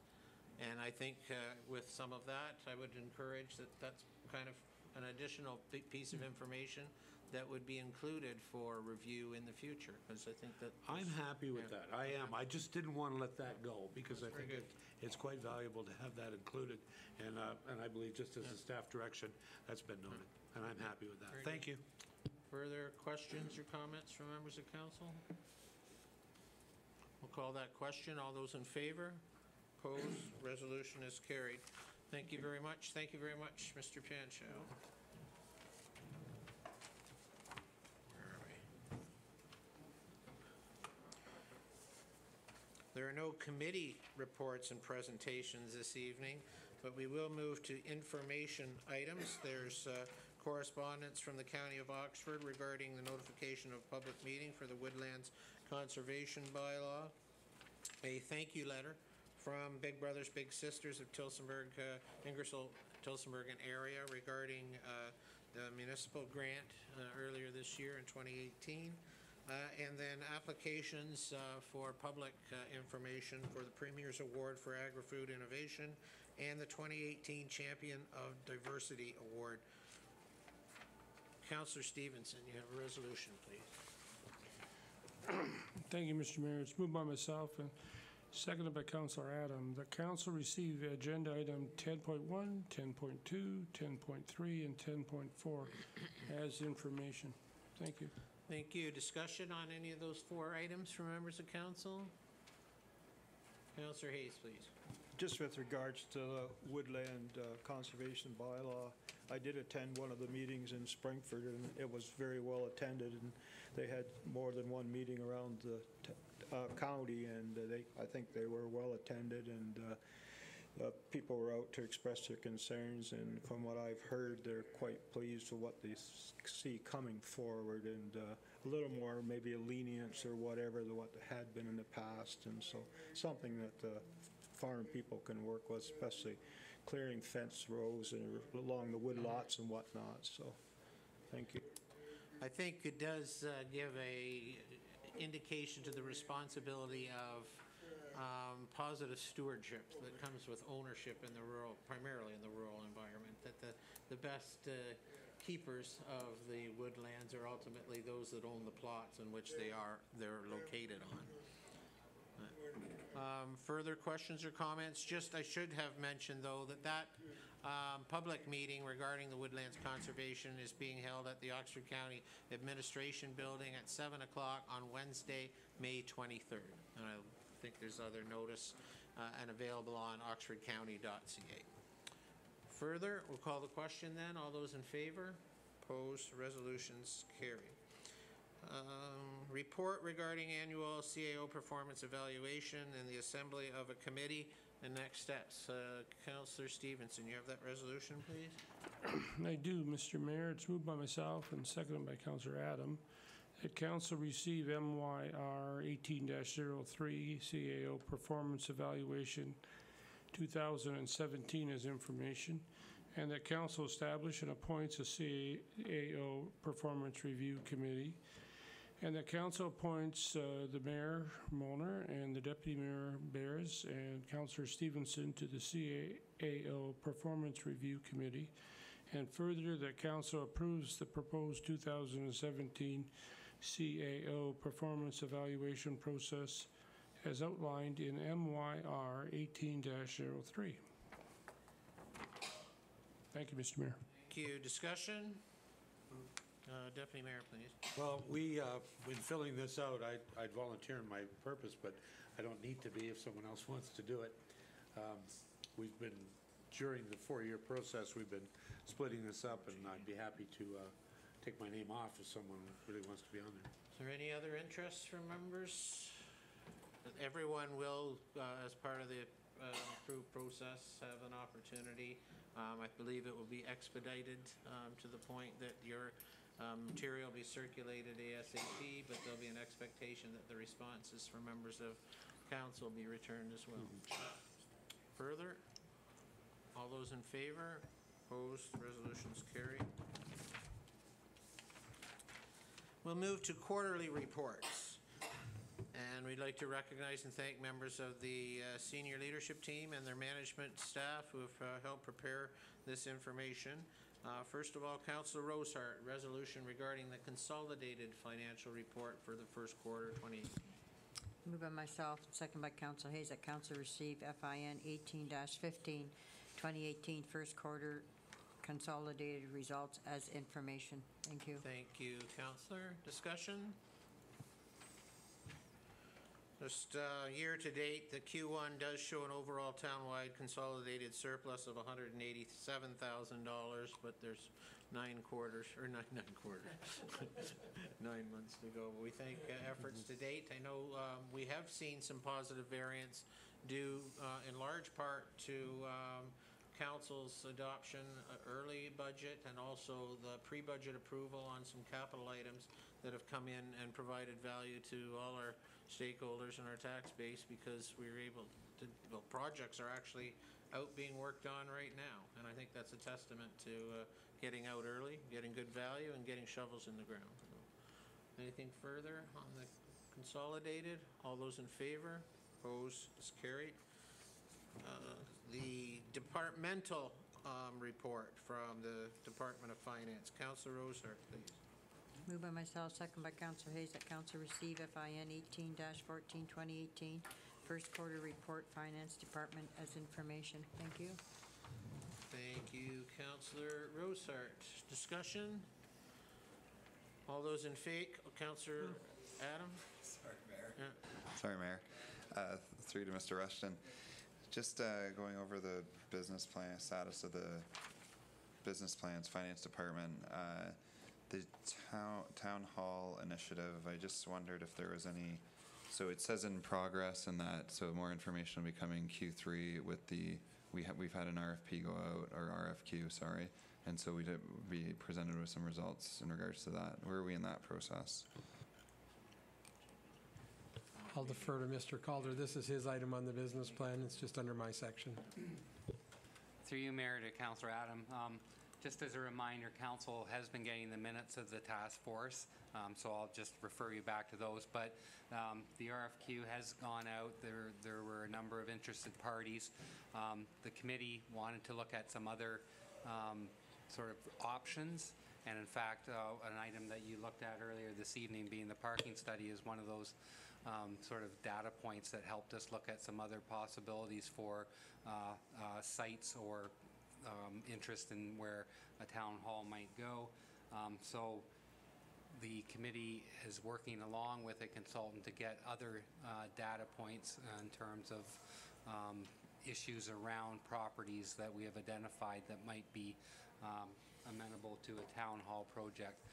One issue that has come up, and I think Councillor Esseltine mentioned this, was perhaps to have an update to Council probably in the next month or so, just to actually have a touch point, because you have approved some funding. We are using that funding, so I think it is incumbent upon us to at least provide a report directly to Council, and I think we could get the chair of the task force to do that. Yeah, that was the only other comment I'd make, is that was a commitment that the, well, both the chair but also under kind of direction of the committee, was that there'd be a public update at a council meeting, really either May or 1st of June. So. Thank you, Mayor. And just to Mr. Rushton again, so is it similar, the items in your business plan, you just deferred to Mr. Calder, so I guess I was just a little confused seeing some of the other ones under their transit, elections, and et cetera, but that's just a similar story there, things that are under your department, or those items within your department? Through you, Your Worship, the majority of the items are under finance. The items of the election item is with the clerk. The transit is with the CAO, and I believe everything else is mine.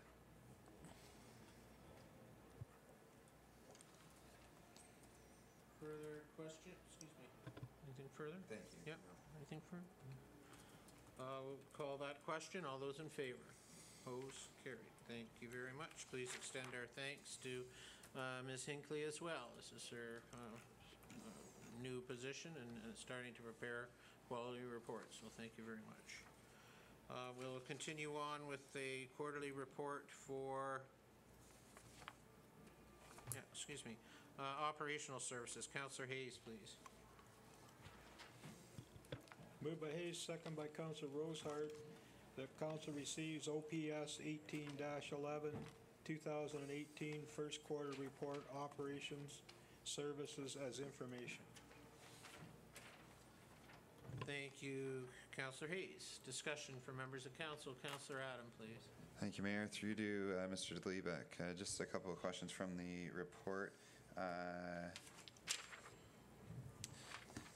Sorry, I'm going back and forth from my notes into your report, but you have table 3 in there, annual projection summary. So will you start filling that out in the later quarters of the year? Or you hadn't projected, so I just wondered why that was included, or if you'll start utilizing it in the upcoming quarterly reports.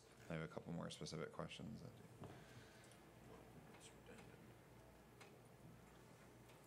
So my microphone doesn't seem to be working.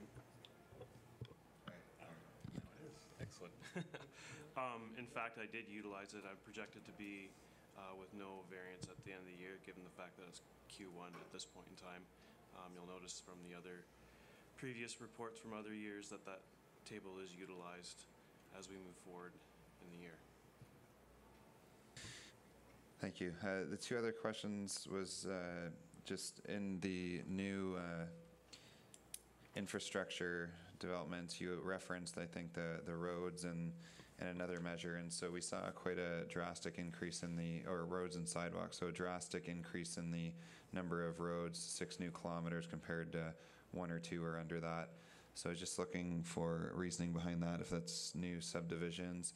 And also, you referenced cash in lieu of parking in regards to, I believe it was the 253 Broadway development.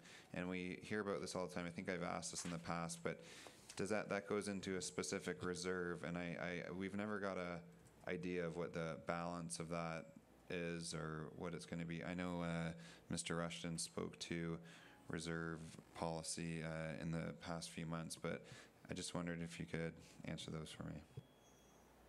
Certainly, through the mayor to Councillor Adam, the total amount of lane kilometers for the roads is increased by about 4. So that's about 2 center line kilometers, and that's related to additional subdivisions coming online, as well as the associated sidewalks that are included with those developments. Cash in lieu of parking for 253 Broadway, given the fact that it's in the downtown core, goes into the downtown parking reserve. And the balance of that, I would have to defer to my director of It's in a report tonight, actually, the one we just finished. That's not exactly your question, but the balance of the downtown parking reserve fund is 300. Yeah, it was in there. I read it. 311. 311, Mr. Mayor. 311,000.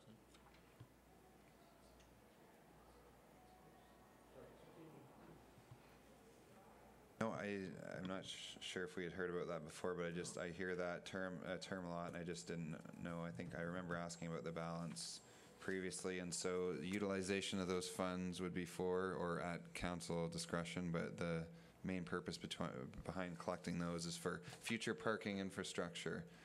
But as we heard tonight, we aren't going to necessarily need any parking infrastructure, major developments, or nothing of a major. So I wondered what the motive was behind, or where those funds would be to see them going at this point. Your Worship, since he was looking at me, I'll try to respond to that. The basic idea, as you had indicated, and you said the discretion of council, so it's at the discretion of council to use for parking. And with that, I think several of the items that were in the downtown parking study that you got tonight, we could certainly fund through that parking study. So I think we have the funds to do many of the items that are in there. When I looked at the timing, as your worship alluded to, it's probably thinking that, a municipality would normally have to derive funds over several years to be able to accomplish that. We've already accumulated the funds over the last few years, so we do have $300,000 available for that type of work that's described in that report, and that is certainly the purpose of what it's for. But 35,000 of that will be spent for this study.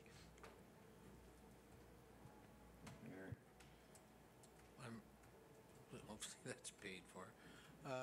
Councillor Stevenson, please. Thank you, Mr. Mayor. Through you to Mr. DeLebeck. In the one report there, it's called Financial Impact Funding Source. It says waste management. It looks like a surplus of $10,261 in the first quarter. There's 3 with surpluses and 3 with slightly under. It's on my page, it's on 107.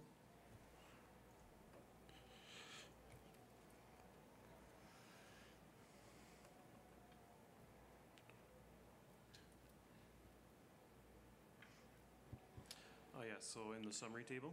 Yeah. My question would be, it's hard to budget with waste management when knowing, are we getting a better bang for recycling things, or are we, fewer people showed up to ask us for waste, waste management?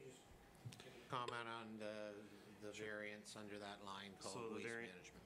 Through the mayor to Councillor Stevenson, the variance underneath waste management is made up of a combination of both things, including bag tags. So what we're seeing right now is we have over $5,100 purchase of bag tags in the good news situation, so that's contributing to half of that. That's basically where most of that's coming from at this point in time. So it's not a trend. We don't know where it's going from here. No, it's too early to I was hoping it was a trend. Thanks. Further to the operational services first quarter. I've been extremely busy. Good job. Call the question. All those in favor? Opposed? Resolution's carried. Councillor Hayes, similarly, first quarter report for Recreation, Culture and Parks. Moved by Hayes, second by Councillor Rosehart. The council receives RCP 18-22, 2018. First quarter report, Recreation, Culture and Parks as information. Thank you. Councillor Hayes. Discussion for members of council? Councillor Adam, please. Thanks, Mayor. Through to Mr. Cox. Earlier this year, we reported on water park attendance was down, and then just also noticed in the report the head counts for squash courts and public skating was down. I just didn't know if there had any explanation for that. We didn't have any major events there like we did at the pool, so I just didn't know if you had noticed any trends or something for those numbers. Through you, Mayor Molnar, to Councillor Adam. I think the squash court numbers in particular reflect declining interest in that sport right now. It's the number of visits is significant. A 2 or 3 or even 4-person difference in the number of people playing squash makes a pretty big impact on the number of games we host. And I believe there's been some folks that have left town or changed their habits related to squash. So that's a trend that you're seeing declining on a fairly consistent basis. And in fact, you'll see later on in the meeting we're talking about redeploying one of our squash courts in a different way to partly as a result of this trend. With respect to the public skating headcount, I've seen that number swing fairly widely in the 5 or 6 seasons that I've been here, and I'm not sure that there's a specific reason. It's related to weather, it's related to what else is going on.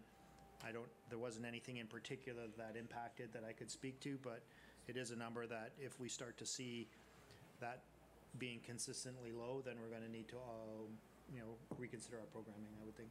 I imagine that you'll even see a further decrease when we have outdoor free skating. You're going to see a further decrease in our indoor paid skating, and that's part of what you'll see. Anything further on RCP? Councillor Hayes, please. Thanks, Mr. Mayor. To Mr. Cox. I don't see anything yet in our capital projects for the kitchen at the complex. Are you still working on a plan for that, or where are we with that?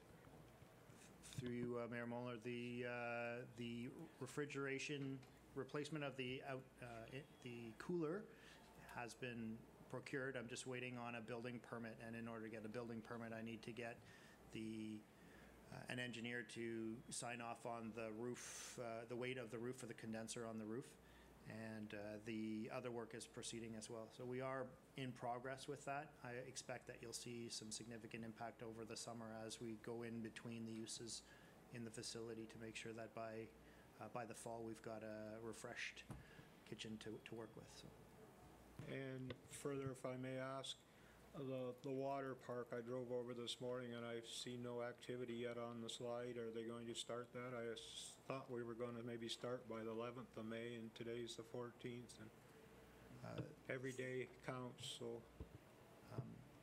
through you, Mayor Molnar, in fact, we've done considerable work at the water park last week. A lot of the sandblasting and the work started on the pool and also on the slide structure. We expected the engineering design on the replacement staircase early this week to sign off on. So the design piece of the replacement lower stair has been initiated.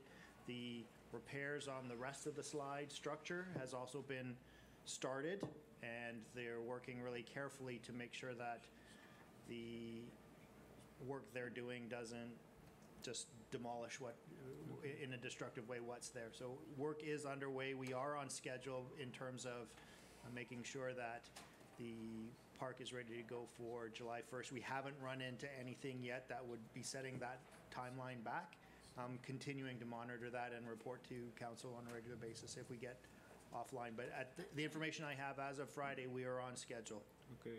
I see the company was working there sandblasting the pool, and I hadn't seen anything done to. Is that same company going to work on the Yes. slide? So the slide maintenance, sorry, the slide and the structure maintenance is the same company that is doing the concrete and filter work. The stair replacement is a subcontractor. It's Lone Star that's building the stair replacement, and they have been on site taking their measurements and doing their work as well. So the same company you're going to see in place doing all that work. Okay, thank you. Further questions, comments from members of council? Recreation, Culture, and Parks. Thank you as well. But just picking up on that, know that council is available and here if there are times when things are slipping, not on yours or someone else's watch. It's going for every department in the community. Is that we do this with our senior partners when times need governance or some senior leadership from a governance perspective. So with great faith, but we also know that business plans are extremely intense, and so are some of the timelines that council's set based on a deferral in one case and awaiting information in another. So I think that's just a positive comment that never be afraid, individually or collectively, to reach out to the council through if and when appropriate. That's all. We'll call that question. All those in favor? Opposed? That resolution as well is carried. Fire and Rescue Services Deputy Mayor, first quarter report, please. I'll read the report moved by myself, seconded by Councillor Adam. The council receives the report. Fire Services 1804, 2018 first quarter report, Fire Department is information. Thank you, Deputy Mayor. Questions from members of council? Thank you, Chief. Call the question. Did you have any summary comments? Any reminders for public safety? Okay. All those in favor? Opposed? Resolution is carried. And Building, Planning, and Bylaw Services, Deputy Mayor, please. I have that one as well. Moved by myself, seconded by Councillor Adam. The council receives the report TCS 18-22, 2018 first quarter report, Building, Planning, and Bylaw Services as information. Thank you, Deputy Mayor. Council, you've had a chance to review this report as well. Thank Mr. Van Hellewen for his efforts in authoring this. Councillor Stevenson, please. Just a comment that the things, as I read this, they're almost up to what they do in a full year in the first quarter. Is that a fair statement? No, these are quarterly numbers, aren't they? Yeah, they're quarterly comparables. These are quarters, but what I'm looking at. It's double Q1 of 2017. Okay, It's gone from 4.5 to 8.9. okay.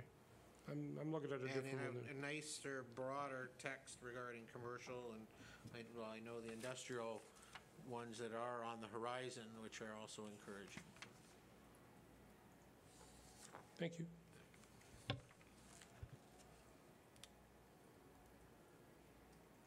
And I think what's also encouraging is under the table, site planning services, site plan applications in progress.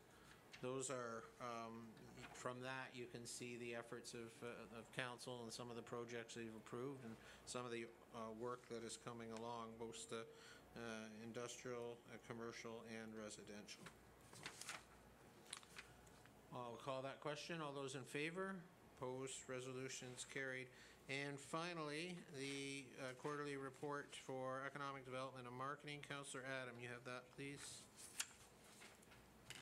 It's moved by myself, seconded by Deputy Mayor Barras, that council receives DCS 18-23, 2018 first quarter report, economic development and marketing as information.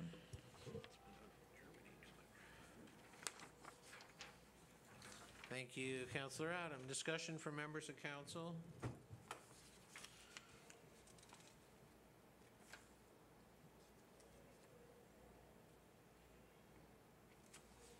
We'll call the question then. All those in favor? Opposed? Resolution is carried. Thank you very much. Thank you, Mr. Panchow, for your efforts there as well. We move to departmental reports. Beginning with the clerk's office, there's a community strategic plan update. Councillor Adam, you have that resolution, please. Moved by myself, seconded by Deputy Mayor Barras, the council receives report CL 18-15 community strategic plan update as information. Thank you. Discussion? Certainly the clerk will be able to assist, hopefully. Councillor Adam, please. Thanks, Mayor. I know we had a vacancy and some people in the role that was keeping track or responsible for the updates to council, but we hadn't had an update in over a year, and certainly nobody's fault. But I just wondered, we previously agreed we were going to get quarterly updates at council, the community strategic plan, or there wasn't a particular plan in place? There wasn't anything in place? Through you, Mr. Mayor. The last report to council was in March of 2017, and I believe the direction was to provide a yearly report. Okay. Well, we do hear back in individual reports, but if that's what council, I was going to propose something along the lines of quarterly, but perhaps that's too often. Then I'm not too sure. I think that was. But I think to support your comment, because it's not, there's value to it. This is the measuring tool. I don't know about quarterly on long-term goals, but quarterly or biannually, or it's a regular agenda item on Economic Development Advisory. Now, it's been commented upon appropriately by the CAO in his attendance there, but ultimately it's been the moderate transient nature of the gatekeeper for that. The work is being done. It's being referred to. It's being referenced in, reports have been turned away when they're not referenced because they mean, we used it extensively in our business plan and our budgeting as recently as, the end of 17, early 18. So it's a living document. What we haven't had is the organizer who's doing some of the things that I think you're encouraging. So I don't think there necessarily needs to be a annual or a quarterly. I think we could probably find some satisfactory mid-range that gets us the information that if and when appropriate? Yes. And it's certainly a lot easier now when, I don't know, gatekeeper's not the right word, but we had great young guy when we started this, did an excellent job. Then there was a transition. The young lady who was there did an excellent job. And it was just, now we're back to having someone who has ownership of this. And I think ultimately the work's been done, but the presentation of the model has not, been kept as visible as I think you and others might think it should be. And I would concur with that.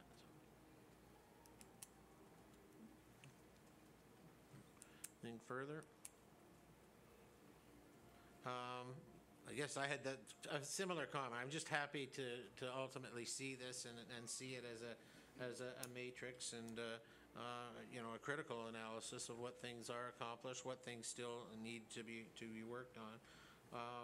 I would one of two things ask. There's a reference to, and this goes back to the business plan, although it was, I don't mean redundant, but because it's in here. There was a commitment from council, both in the business plan that was authored by the deputy mayor, for the open house or the public session, and it's in this report. But I'd look for confirmation of that date. We do have confirmation of June the 26th, 2018 in the Marwoods Lounge. So we will be advertising that, and we will be working closely with department heads to put together some information for that meeting. Okay. And those will be properly marketed in the future. And thank you. And the only other thing I would, just as a suggestion, is I would encourage that perhaps the author of this report attend the next Economic Development Advisory Committee meeting, so they have a chance to meet her personally and also get an update of this material. Further to this? All those in favor? Opposed? Resolution is carried.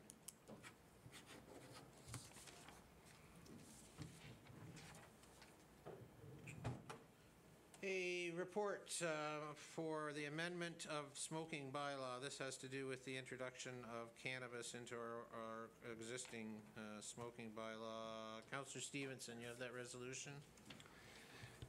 Thank you, Mr. Mayor. It's moved by myself and seconded by Councillor Adam that council receive report CL 1812, amend smoking bylaw cannabis, and that an amending bylaw be brought forward for council consideration. Thank you, Mr. Mayor. Thank you, Councillor. Discussion? I think get your comments, Madam Clerk, but this is more procedural relative to really the actual activity of smoking, not relative to cannabis. Correct. This just includes that in the definition for any future laws that come into place. Questions from members of council? All those in favor? Opposed? Resolution is carried. Thank you. And mobile storage shelving.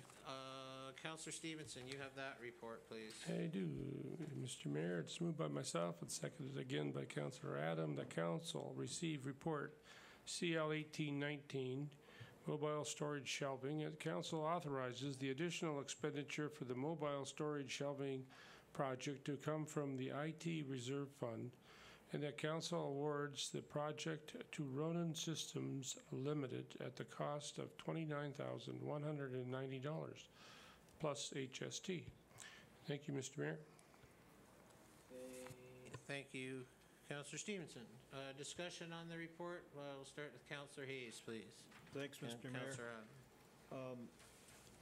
I just wondered, where is this shelving be installed? Is it going into some of the new area that we've got a lease on now in this building, or? Through you, Mr. Mayor, the proposal is to have this shelving go in the current records room contained in this office. Okay. We had all the vendors that came to look at the space, determined that that is actually a more suitable space than the other space that we thought we would work better.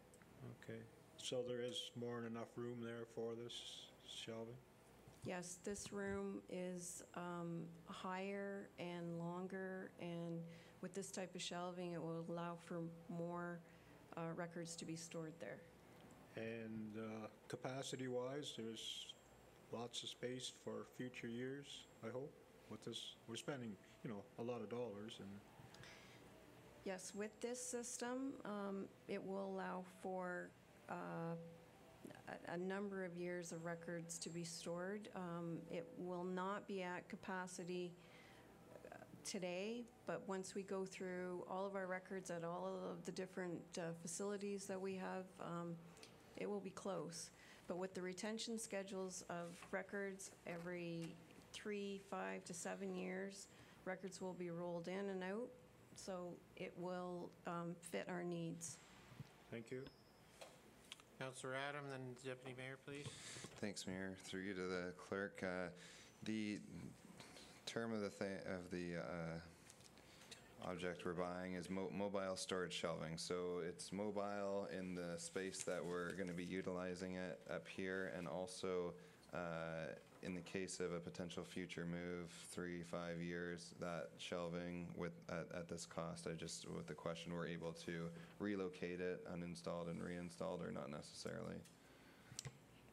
Yep, through you, Mr. Mayor, this material is completely movable anytime it would need to be moved. It's on a plywood base, I believe, so it's just a matter of taking it apart and moving it and reinstalling it.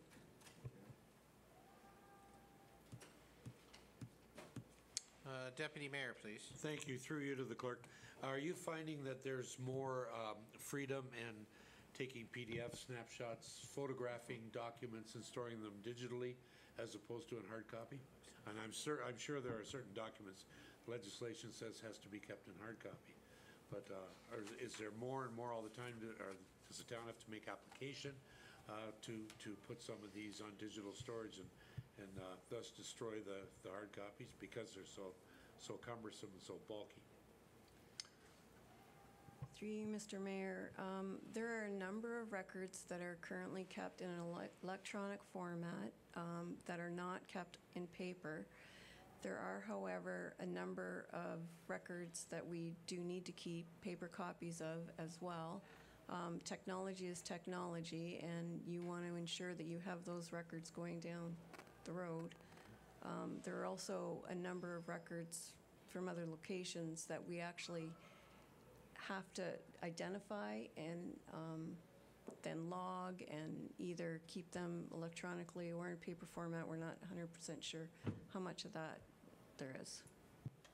And just to follow up, so there's more and more all the time that we are able to, as they occur, keep them digitally as opposed to in hard copy, depending on the circumstance, I guess, of the document. Well, the current practice is that common everyday records, like if you send out a letter, that would be kept electronically and not necessarily that paper document would be kept. Additional questions, Councillor Stevenson, please. Thank you, Mr. Mayor. Just through you to the clerk or Mr. Rushton, this came up this wasn't in the budget. I think that's my first question, was it? Madam Clerk, please. No, we had put, I think, about $10,000 in the budget to do shelving. However, once our records management coordinator was looking at the various areas within the town who have records, it was identified that no matter what we do, we're not going to have enough room to have a central records repository without doing something like this. Okay, I'm all for this, by the way. It's been long overdue as far as I've been hearing about this shortage and stuff being stored in different locations for years. So I'm all for this, but I'm just surprised that we didn't come through the regular budget process. And I'm not opposing it at this point, but it kind of caught me off guard, and now it comes up, that's all. Thank you. Further questions or comments from members of council? A couple things I'm trying to recall. Just confirming that the original budget, even though it was kind of brought forward money, was around $10,000. Is that correct? Correct. And this expenditure's at $30,000. So what was the variance between 10,000, which should, like, I assume was fair market value of what our anticipated demands were, and 12 months later, an expenditure of $30,000? Originally, we were looking at just adding extra shelving in an additional room. When we did that and realized the number of records that came over from just one location, we realized that even doing that, we wouldn't have enough room for probably even those records. So in order to bring the rest of the records of the corporation over, this is the only way that we could come up with to actually store all those records in one location. Okay, thanks. And just referencing a question from Councillor Hayes, because or someone asked where. I think, yeah, and it was the existing storage facility. Where is the existing storage facility? In here? No, in our building. Yeah, when we call it, what, it's a safe. Is that what we're calling it? We call it the vault. Yeah, thank you. Not the existing storage. Yeah, it threw me off. The existing storage facility. That's threw me off. That's so the vault, which is and needs to be. Yeah. I'm most encouraged by the fact that this should be the last storage that's required, because when we get all our material stored efficiently, that will be the end. When the year, you know, becomes a year, then you're also depleting and getting rid of materials. I do, you know, we've got additional space. There was now it wasn't just personnel. There's materials being moved again, and I just want to encourage the fact that we remain customer service friendly, and that the storage, as identified, will be an enhancement to our overall, you know, continual improvement. So I endorse that. I thank you for that. Any final questions from members of council? We'll call that question. All those in favor? Opposed? Resolution is carried.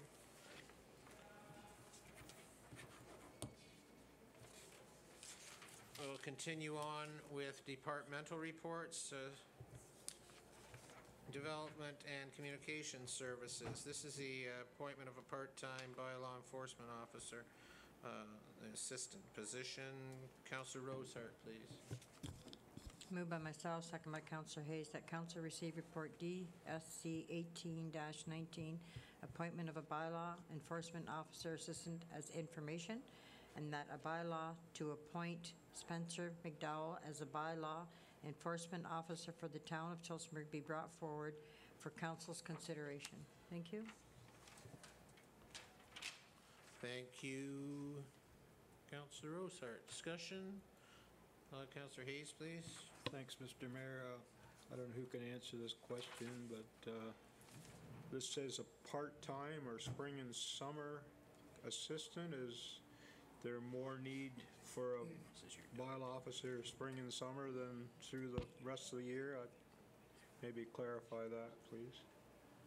Through you, Mayor, to Councillor Hayes. This is a student position for this summer to cover vacation activity, as well as to enforce the animal control bylaw. So this is an annual appointment that's been taking place over the last number of years and has been budgeted for accordingly. So follow up on dog tags and that? Yes. Thank you. Correct. And the procedural, or the, procedurally as being a bylaw officer, that's why the bylaw needs to be introduced and approved, or endorsed. Further, we'll call that question. All those in favor? Opposed? Resolution is carried.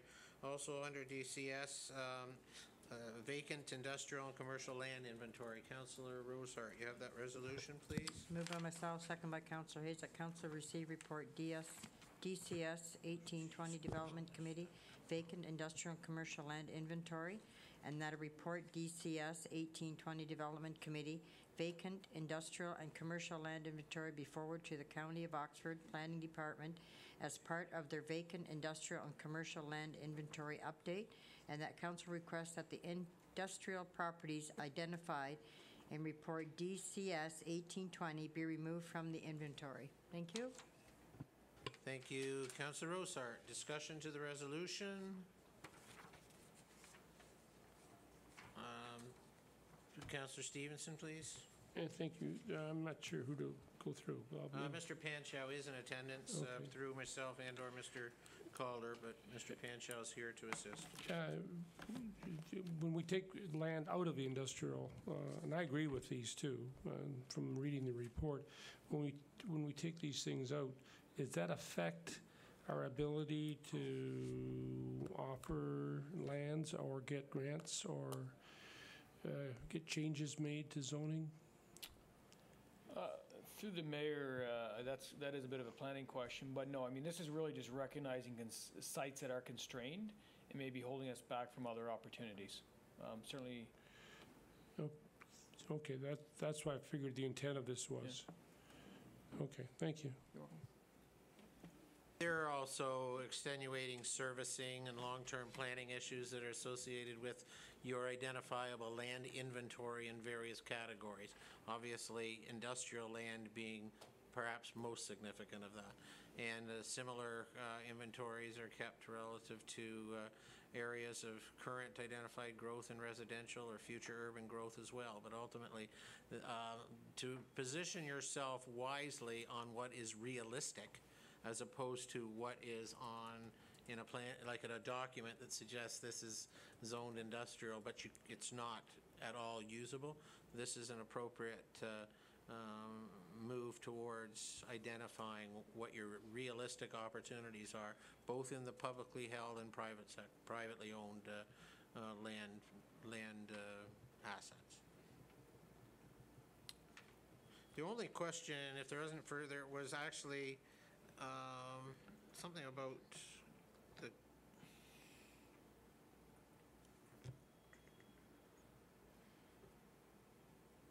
I guess it wasn't in here. I read something else about asking the county to do some work on our behalf regarding commercial land inventory. Mr. Mayor, I believe that is in this report. It's in the report, but not in the resolution? Fair enough. Okay, that I read it as part. So I was wondering why. So that's no different than continuing to work in a positive vein with people like Mr. Gilbert and others at the county to facilitate further discussion. Exactly. Okay, Mr. Mayor. excellent. Thank you. I didn't really, had no expectation that we were encumbering the county with, doing work on our behalf, but using them as a positive resource to, to our ultimate goal. Okay. Anything further from members of council? Call that question. All those in favor? Opposed? Carried. I'd just like to thank Mr. Gilbert for his participation. He brought a lot of this information had been passed the Economic Development Group as well. There was presentations, some modifications, and a lot of the same questions that came from council tonight. So thanks all for that. We'll continue on. A couple of operational finance items. Councillor Hayes, the budgetary estimates and tax rates for 2018, please. Moved by Hayes, second by Councillor Rosehart, that council receives report FIN 18-12 2018, budgetary estimates and tax rates, and that the bylaw 4194 to provide for the adoption of budgetary estimates, tax rates, installment due dates, and to further provide for penalty and interest on default of payment thereof for 2018 be brought forward for council consideration. Thank you, Councillor Hayes. This is confirmation to bring forward the bylaw that will actually provide the opportunity to collect the resources required to advance the interests of the community and our stakeholders. Discussion? All those in favor? Opposed? Resolution is carried. Deputy Mayor, regarding signing authorities. Moved by myself, seconded by Councillor Adam, that council receives the report Finance 18-13, Bank Signing Authorities, and the council appoints the following as designated signing authorities for the town's general banking needs. First, Mayor Steve Mulder, or myself, Deputy Mayor Dave Barris, and Director of Finance, Treasurer David Rushton, or Manager of Finance, Deputy Treasurer Sheena Hinckley. Thank you, Deputy Mayor. Discussion? Call that question. All those in favor? Opposed? Carried. We'll move to operational reports. Connecting Link Program Contribution Agreement. This is a confirmation required from Council to sign the agreement to begin the work on North Street North. Deputy Mayor, you have that, please? Absolutely good news. Really pleased with this one. Moved by myself, seconded by Councillor Adam. The council receives the report, OPS 1812, Connecting Link Program Contribution Agreement, and that a bylaw authorizing the mayor and clerk to execute the Connecting Link Contribution Agreement with the province of Ontario be brought forward for council's consideration. Thanks, Deputy Mayor. Council, you've had a chance to see this. Discussion? All those in favor? Opposed? Carried. Thanks again, Mr. DeLebac, to you and your team for your efforts, and Council for your continued support for moving ahead with this partnership. Deputy Mayor, sorry. Just through you, item of interest, when can we expect this construction? This is from North Street up past Sobeys to the northern limit, past Offers. That's correct, as in the report, late summer as well. Late summer, Yeah. so you really don't know, September, October. August, September. Yep, all right, thank you.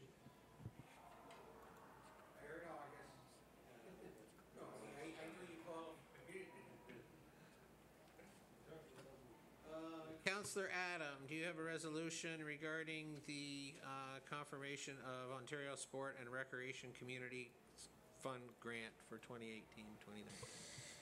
I do, Mayor. I move by myself, seconded by Deputy Mayor Barras, that report RCP 18-21, Ontario Sport and Recreation Communities Fund Grant 2018-19 be received, and that the Mayor and Clerk be and are hereby authorized to sign the documents required by the Province of Ontario to secure the approved grant funding of $58,472, and that Town Council approve the spending and development required to execute the grant's intention. Thank you, Councillor Adam. Discussion for members of council regarding this. Councillor Hayes, excuse me. Thanks, Mr. Mayor. To Mr. Cox, this $58,000, does that cover the whole project, the amount of equipment that's being bought, or is there any other funding at part of that project? You are correct. This covers the entire cost of implementing the project. The part that's not covered is the wages of the staff to deliver the program in the new space, but that will be recovered through the registration fees for the people participating in the program. Thank you. Further questions or comments? This was an extension of positive work from members. I think there was a kind of a parallel application that we were unsuccessful in, or we thought maybe we weren't going to be successful in True Initiative laid opportunity to this, and we were successful, and I thank you and your team, Mr. Cox, for showing that initiative. I've actually had a chance to converse earlier this morning with some representatives of a senior association in the community, and we were sharing this as a kind of a lifestyle opportunity that on a gateway to additional health, or health club type of usage. So I'm very encouraged by this. The only thing that I know there's needs to be a business case, and the recovery is important, but this is a gateway.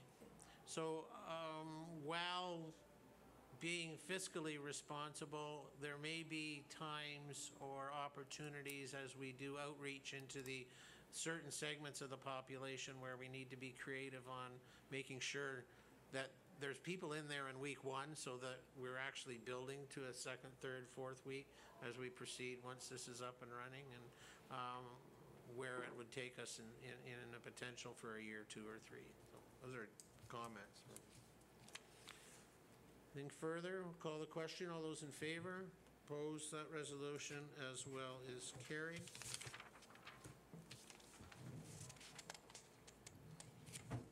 So I'll squash that idea.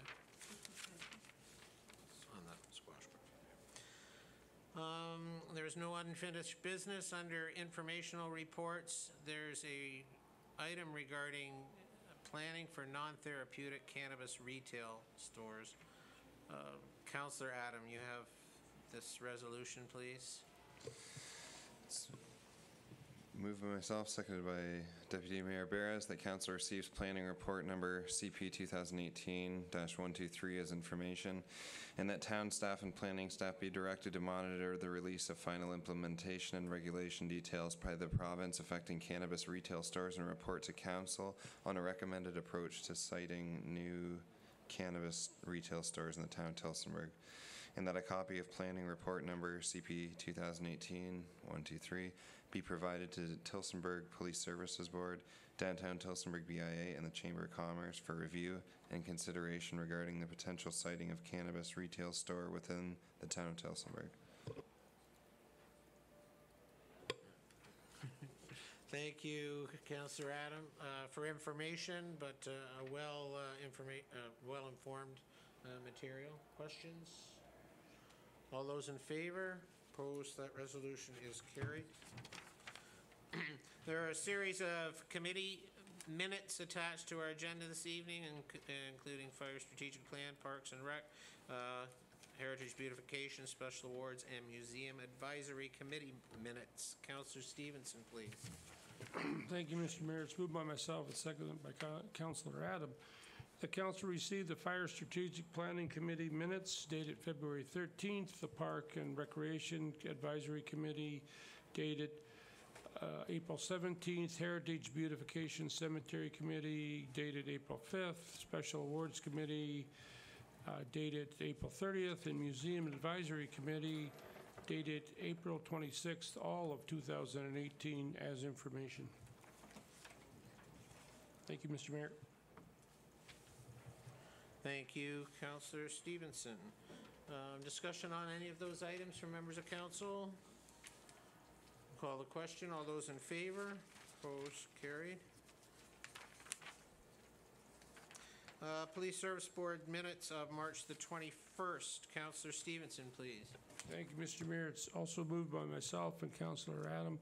The council received the Tillsonburg Police Services Board minutes dated March 21st, 2018 as information. Thank you. Thank you. Discussion or questions regarding any items in the PSB minutes? Councillor Hayes, please. Thank you, Mr. Mayor. I see there was some discussion about parking for fire and OPP, that you're running out of parking spaces. That was... I believe that it's probably in reference to an ongoing identification that there needs to be, additional, more efficient use of the employee parking so that others are being encouraged to, again, not dissimilar to the conversation as earlier, moving further away from the respective footprints of either the fire station or the police station, and the ongoing aspect which remains a concern to the Police Service Board about additional parking at the front of the building, which was brought to council's attention, I believe, in the 2017 and 18, or at least in the 18 budget, and it was not, didn't stay in, or is not in the budget, but that remains a concern transparently from the members of Police Services Board, where there was going to, the round little roundabout, that was going to be the plan. Their proposal is to have that expanded there. Okay, I was going to ask that question when that little mound was going to be removed, but because the tree's been gone for a long time, but nothing else has happened there. Well, it was not, I think, it's not in our 2018 budget. Is that correct? It's not. No, there seemed to have been some surprise about that, but it's not in our 2018 budget. I assumed it was. I know the tree came down, and I thought it was in So anyway, I guess the reason I asked the question, there was a motion made at the committee meeting to send from, the chair would send a letter to the CEO and councilors regarding parking, so. And that's the explanation. It's just not that we lacking parking, it's just people making better use of parking. And if and when we receive that, we'll ensure that we get that. Because I think that was I don't know if that was, encouraging communication be done in an appropriate way through, letter and, official, especially when you're at arm's length. But any further questions on the PSB minutes? I'll call the question. All those in favor? Opposed? That is carried. And BIA minutes of April 18th. Councillor Rosehart, please. Moved by myself, second by Councillor Hayes, that council receive the minutes of the BIA board dated April 18, 2018 as information. Thank you. Thank you, Councillor Rosehart. Discussion on the BIA minutes of April the 18th. All those in favor? Opposed? Carried. And finally, under minutes, LPRCA, dated the 4th of April. Councillor Rosehart, please. Moved by myself, second by Councillor Hayes, that the council receive the Long Point Region Conservation Authority minutes dated April 4th, 2018 as information. Thank you. Thank you, Councillor Rosehart. Discussion, questions? Thank the LPRCA for their continuing contributions. We'll call the question. All those in favor? Opposed? That as well is carried. I'd ask members present if there's any notice of motion to be brought forward before council this evening. Seeing none, any additional resolutions. There was no executive closed session this evening. No resolutions arising from that. Bylaws. Councillor Hayes, please. Moved by Hayes, second by Councillor Rosehart, that bylaw 4172 to amend bylaw 3596 to prohibit smoking in certain public places within the town of Tillsonburg to include cannabis. Bylaw 4194 to provide for the adoption of budgetary estimates, tax rates, and penalties. Keep going. Bylaw 4194 to provide for the adoption of budgetary estimates, tax rates, and penalties for 2018. Bylaw 4195 to appoint a manager of finance and a deputy treasurer for the town of Tillsonburg. Bylaw 4196 to enter into a Connecting Links funding agreement. Schedule A, Connecting Link contribution agreement. And bylaw 4197 to appoint Spencer McDowell as a bylaw enforcement officer, be read for a first, second, third, and final reading, and that the mayor and the clerk be and are hereby authorized to sign the same and place the corporate seal thereunto. Thank you very much. Councillor Hayes, discussion on any of those bylaws. Deputy Mayor, please. I'm just curious, Mr. Mayor, about the bylaw 4195 and why this particular individual in the finance department is bylawed into the corporation. Normally, I can understand certain key figures, but this is a position of, it's a manager, but we don't usually bylaw managers. Okay. Mr. Caller, please. Mr. Ashton, sorry. He's delegated. Your Worship, the reason for this is that under the Municipal Act, it's a statutory requirement, and that the deputy treasurer has all the power of the treasurer. So under the Act, so that's why it's done. Well said. Thank you. Further questions on any of the bylaws before council this evening? We'll call that question then. All those in favor? Opposed? That is carried. Thank you.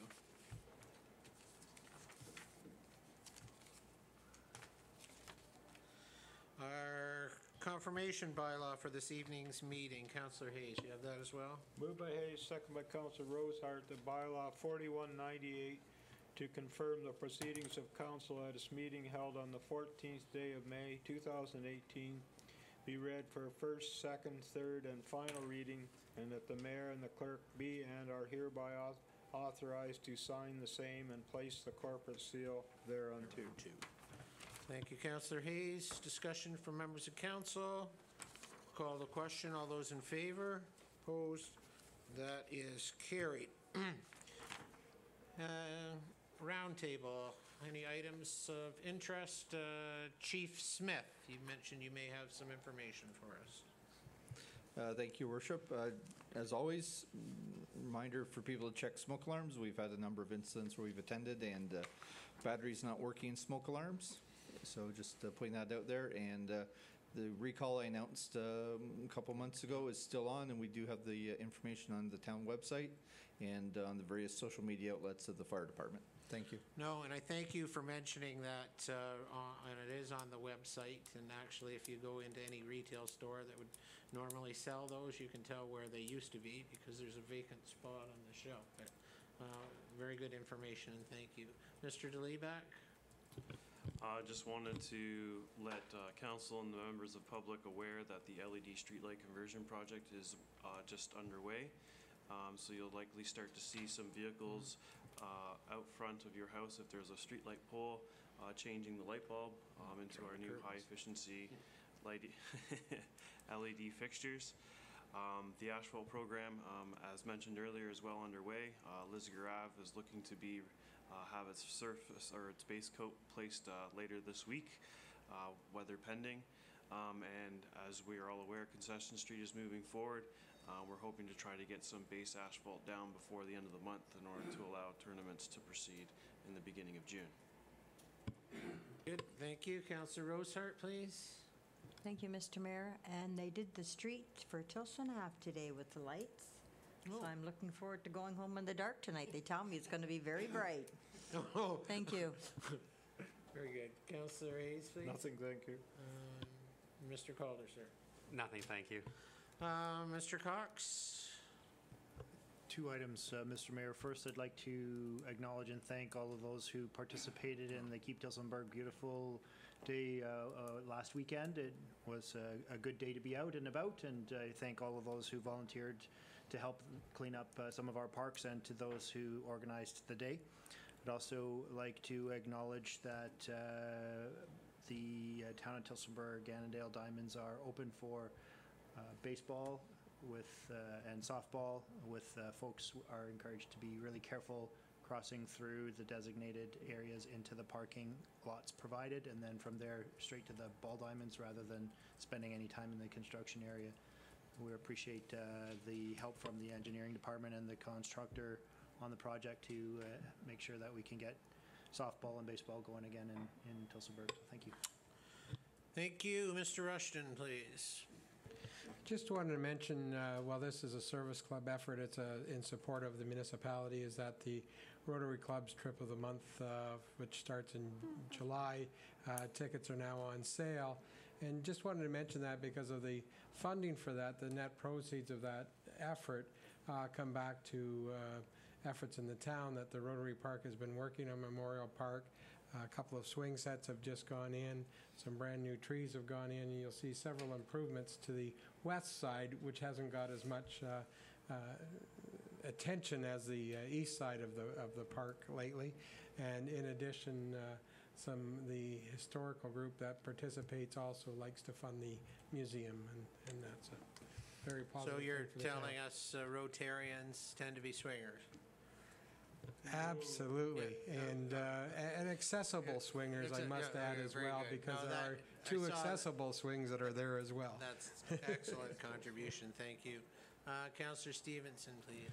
Thank you, Mr. Mayor. I just wanted to mention a couple of things. One's tomorrow night. It's over at the complex. It's a horticultural group's sale. That's their big fundraiser in the year, and if you haven't been, you should go, at least once to experience it, because it is an experience. There's a lot of fun and a lot of things to look at and buy, everything from bake sale goods to plants, and donated. A lot of it's donated by nurseries and stores, etc. They're on, some of it you can just walk up and buy, and some of it's auction, but it is a good evening. So that's tomorrow night, the 15th at the complex. And the other thing I wanted to mention is June 1st is coming up, and the Kinsmen are doing a fundraiser for the lake, actually, but they're using as a kickoff for the band show. And I just wanted to mention, I happened to see there's 4 groups that are going to perform, and the last group that I have seen them perform, they are worth the price of admission to go see them. It's kind of hard to imagine, but these guys wear kilts and they play rock with bagpipes often. So it's an experience, but they're a lot of fun and well worth the evening. It's Friday night, June 1st. Thank you, Mr. Mayor.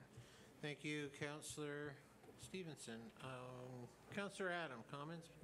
Yes, Mayor, just a couple of events to mention. I think I mentioned it a couple of weeks ago, but the Multi-Service Center Trail Walk and Run, supporting their programming and also the local Parkinson Society, is in 2 Sundays. On Sunday, May 27th, it's a $30 fee. First 100 participants or entrants get a t-shirt, and there's a barbecue that follows that. Children 12 and under are free, so it's a great family event. And information available either upstairs in the Town Center Mall or at www.runningroom.com.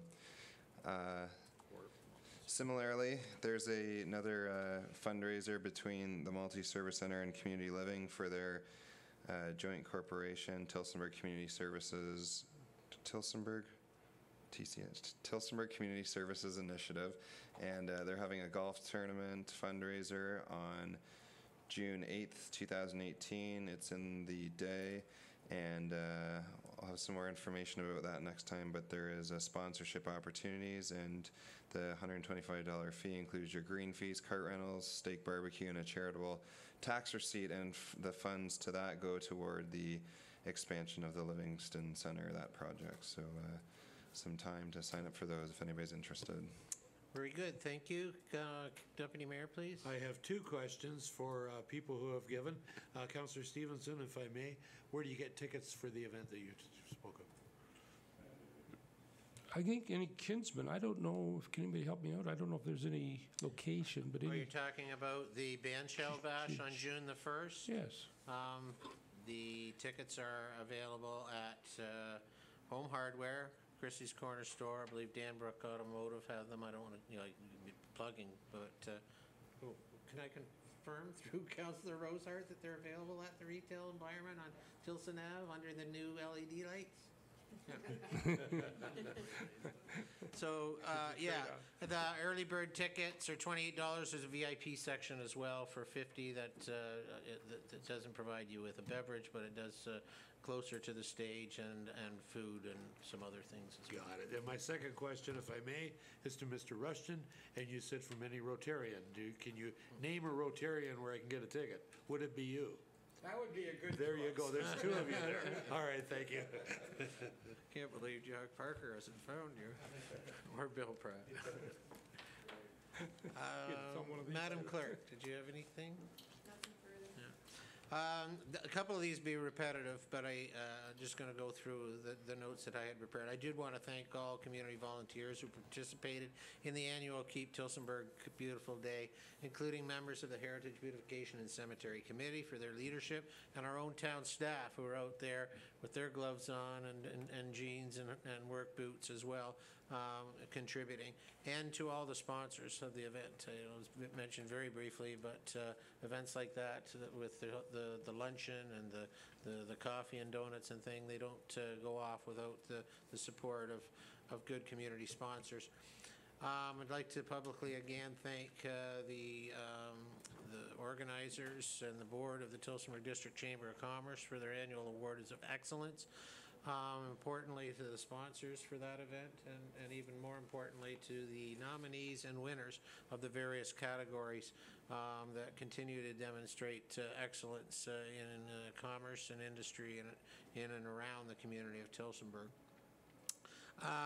Thank you, Councillor Adam, for reflecting on the MSC Walk and Run to advance their projects along with the Parkinson's disease. It is at the Carroll Trail access to on Coronation Park on the 27th of May. Again, congratulations to Mrs. Peg Hogarth, the Tillsonburg Citizen of the Year. That confirmation of that presentation will be made on Tuesday, May the 29th. Doors opening at 7 o'clock at the Carriage Hall in Tillsonburg. Presentations will be starting at 7:30. Tickets, again, are available. You can check out Facebook, the Tillsonburg Kinsmen, or some of the areas regarding the Bandshell Bash.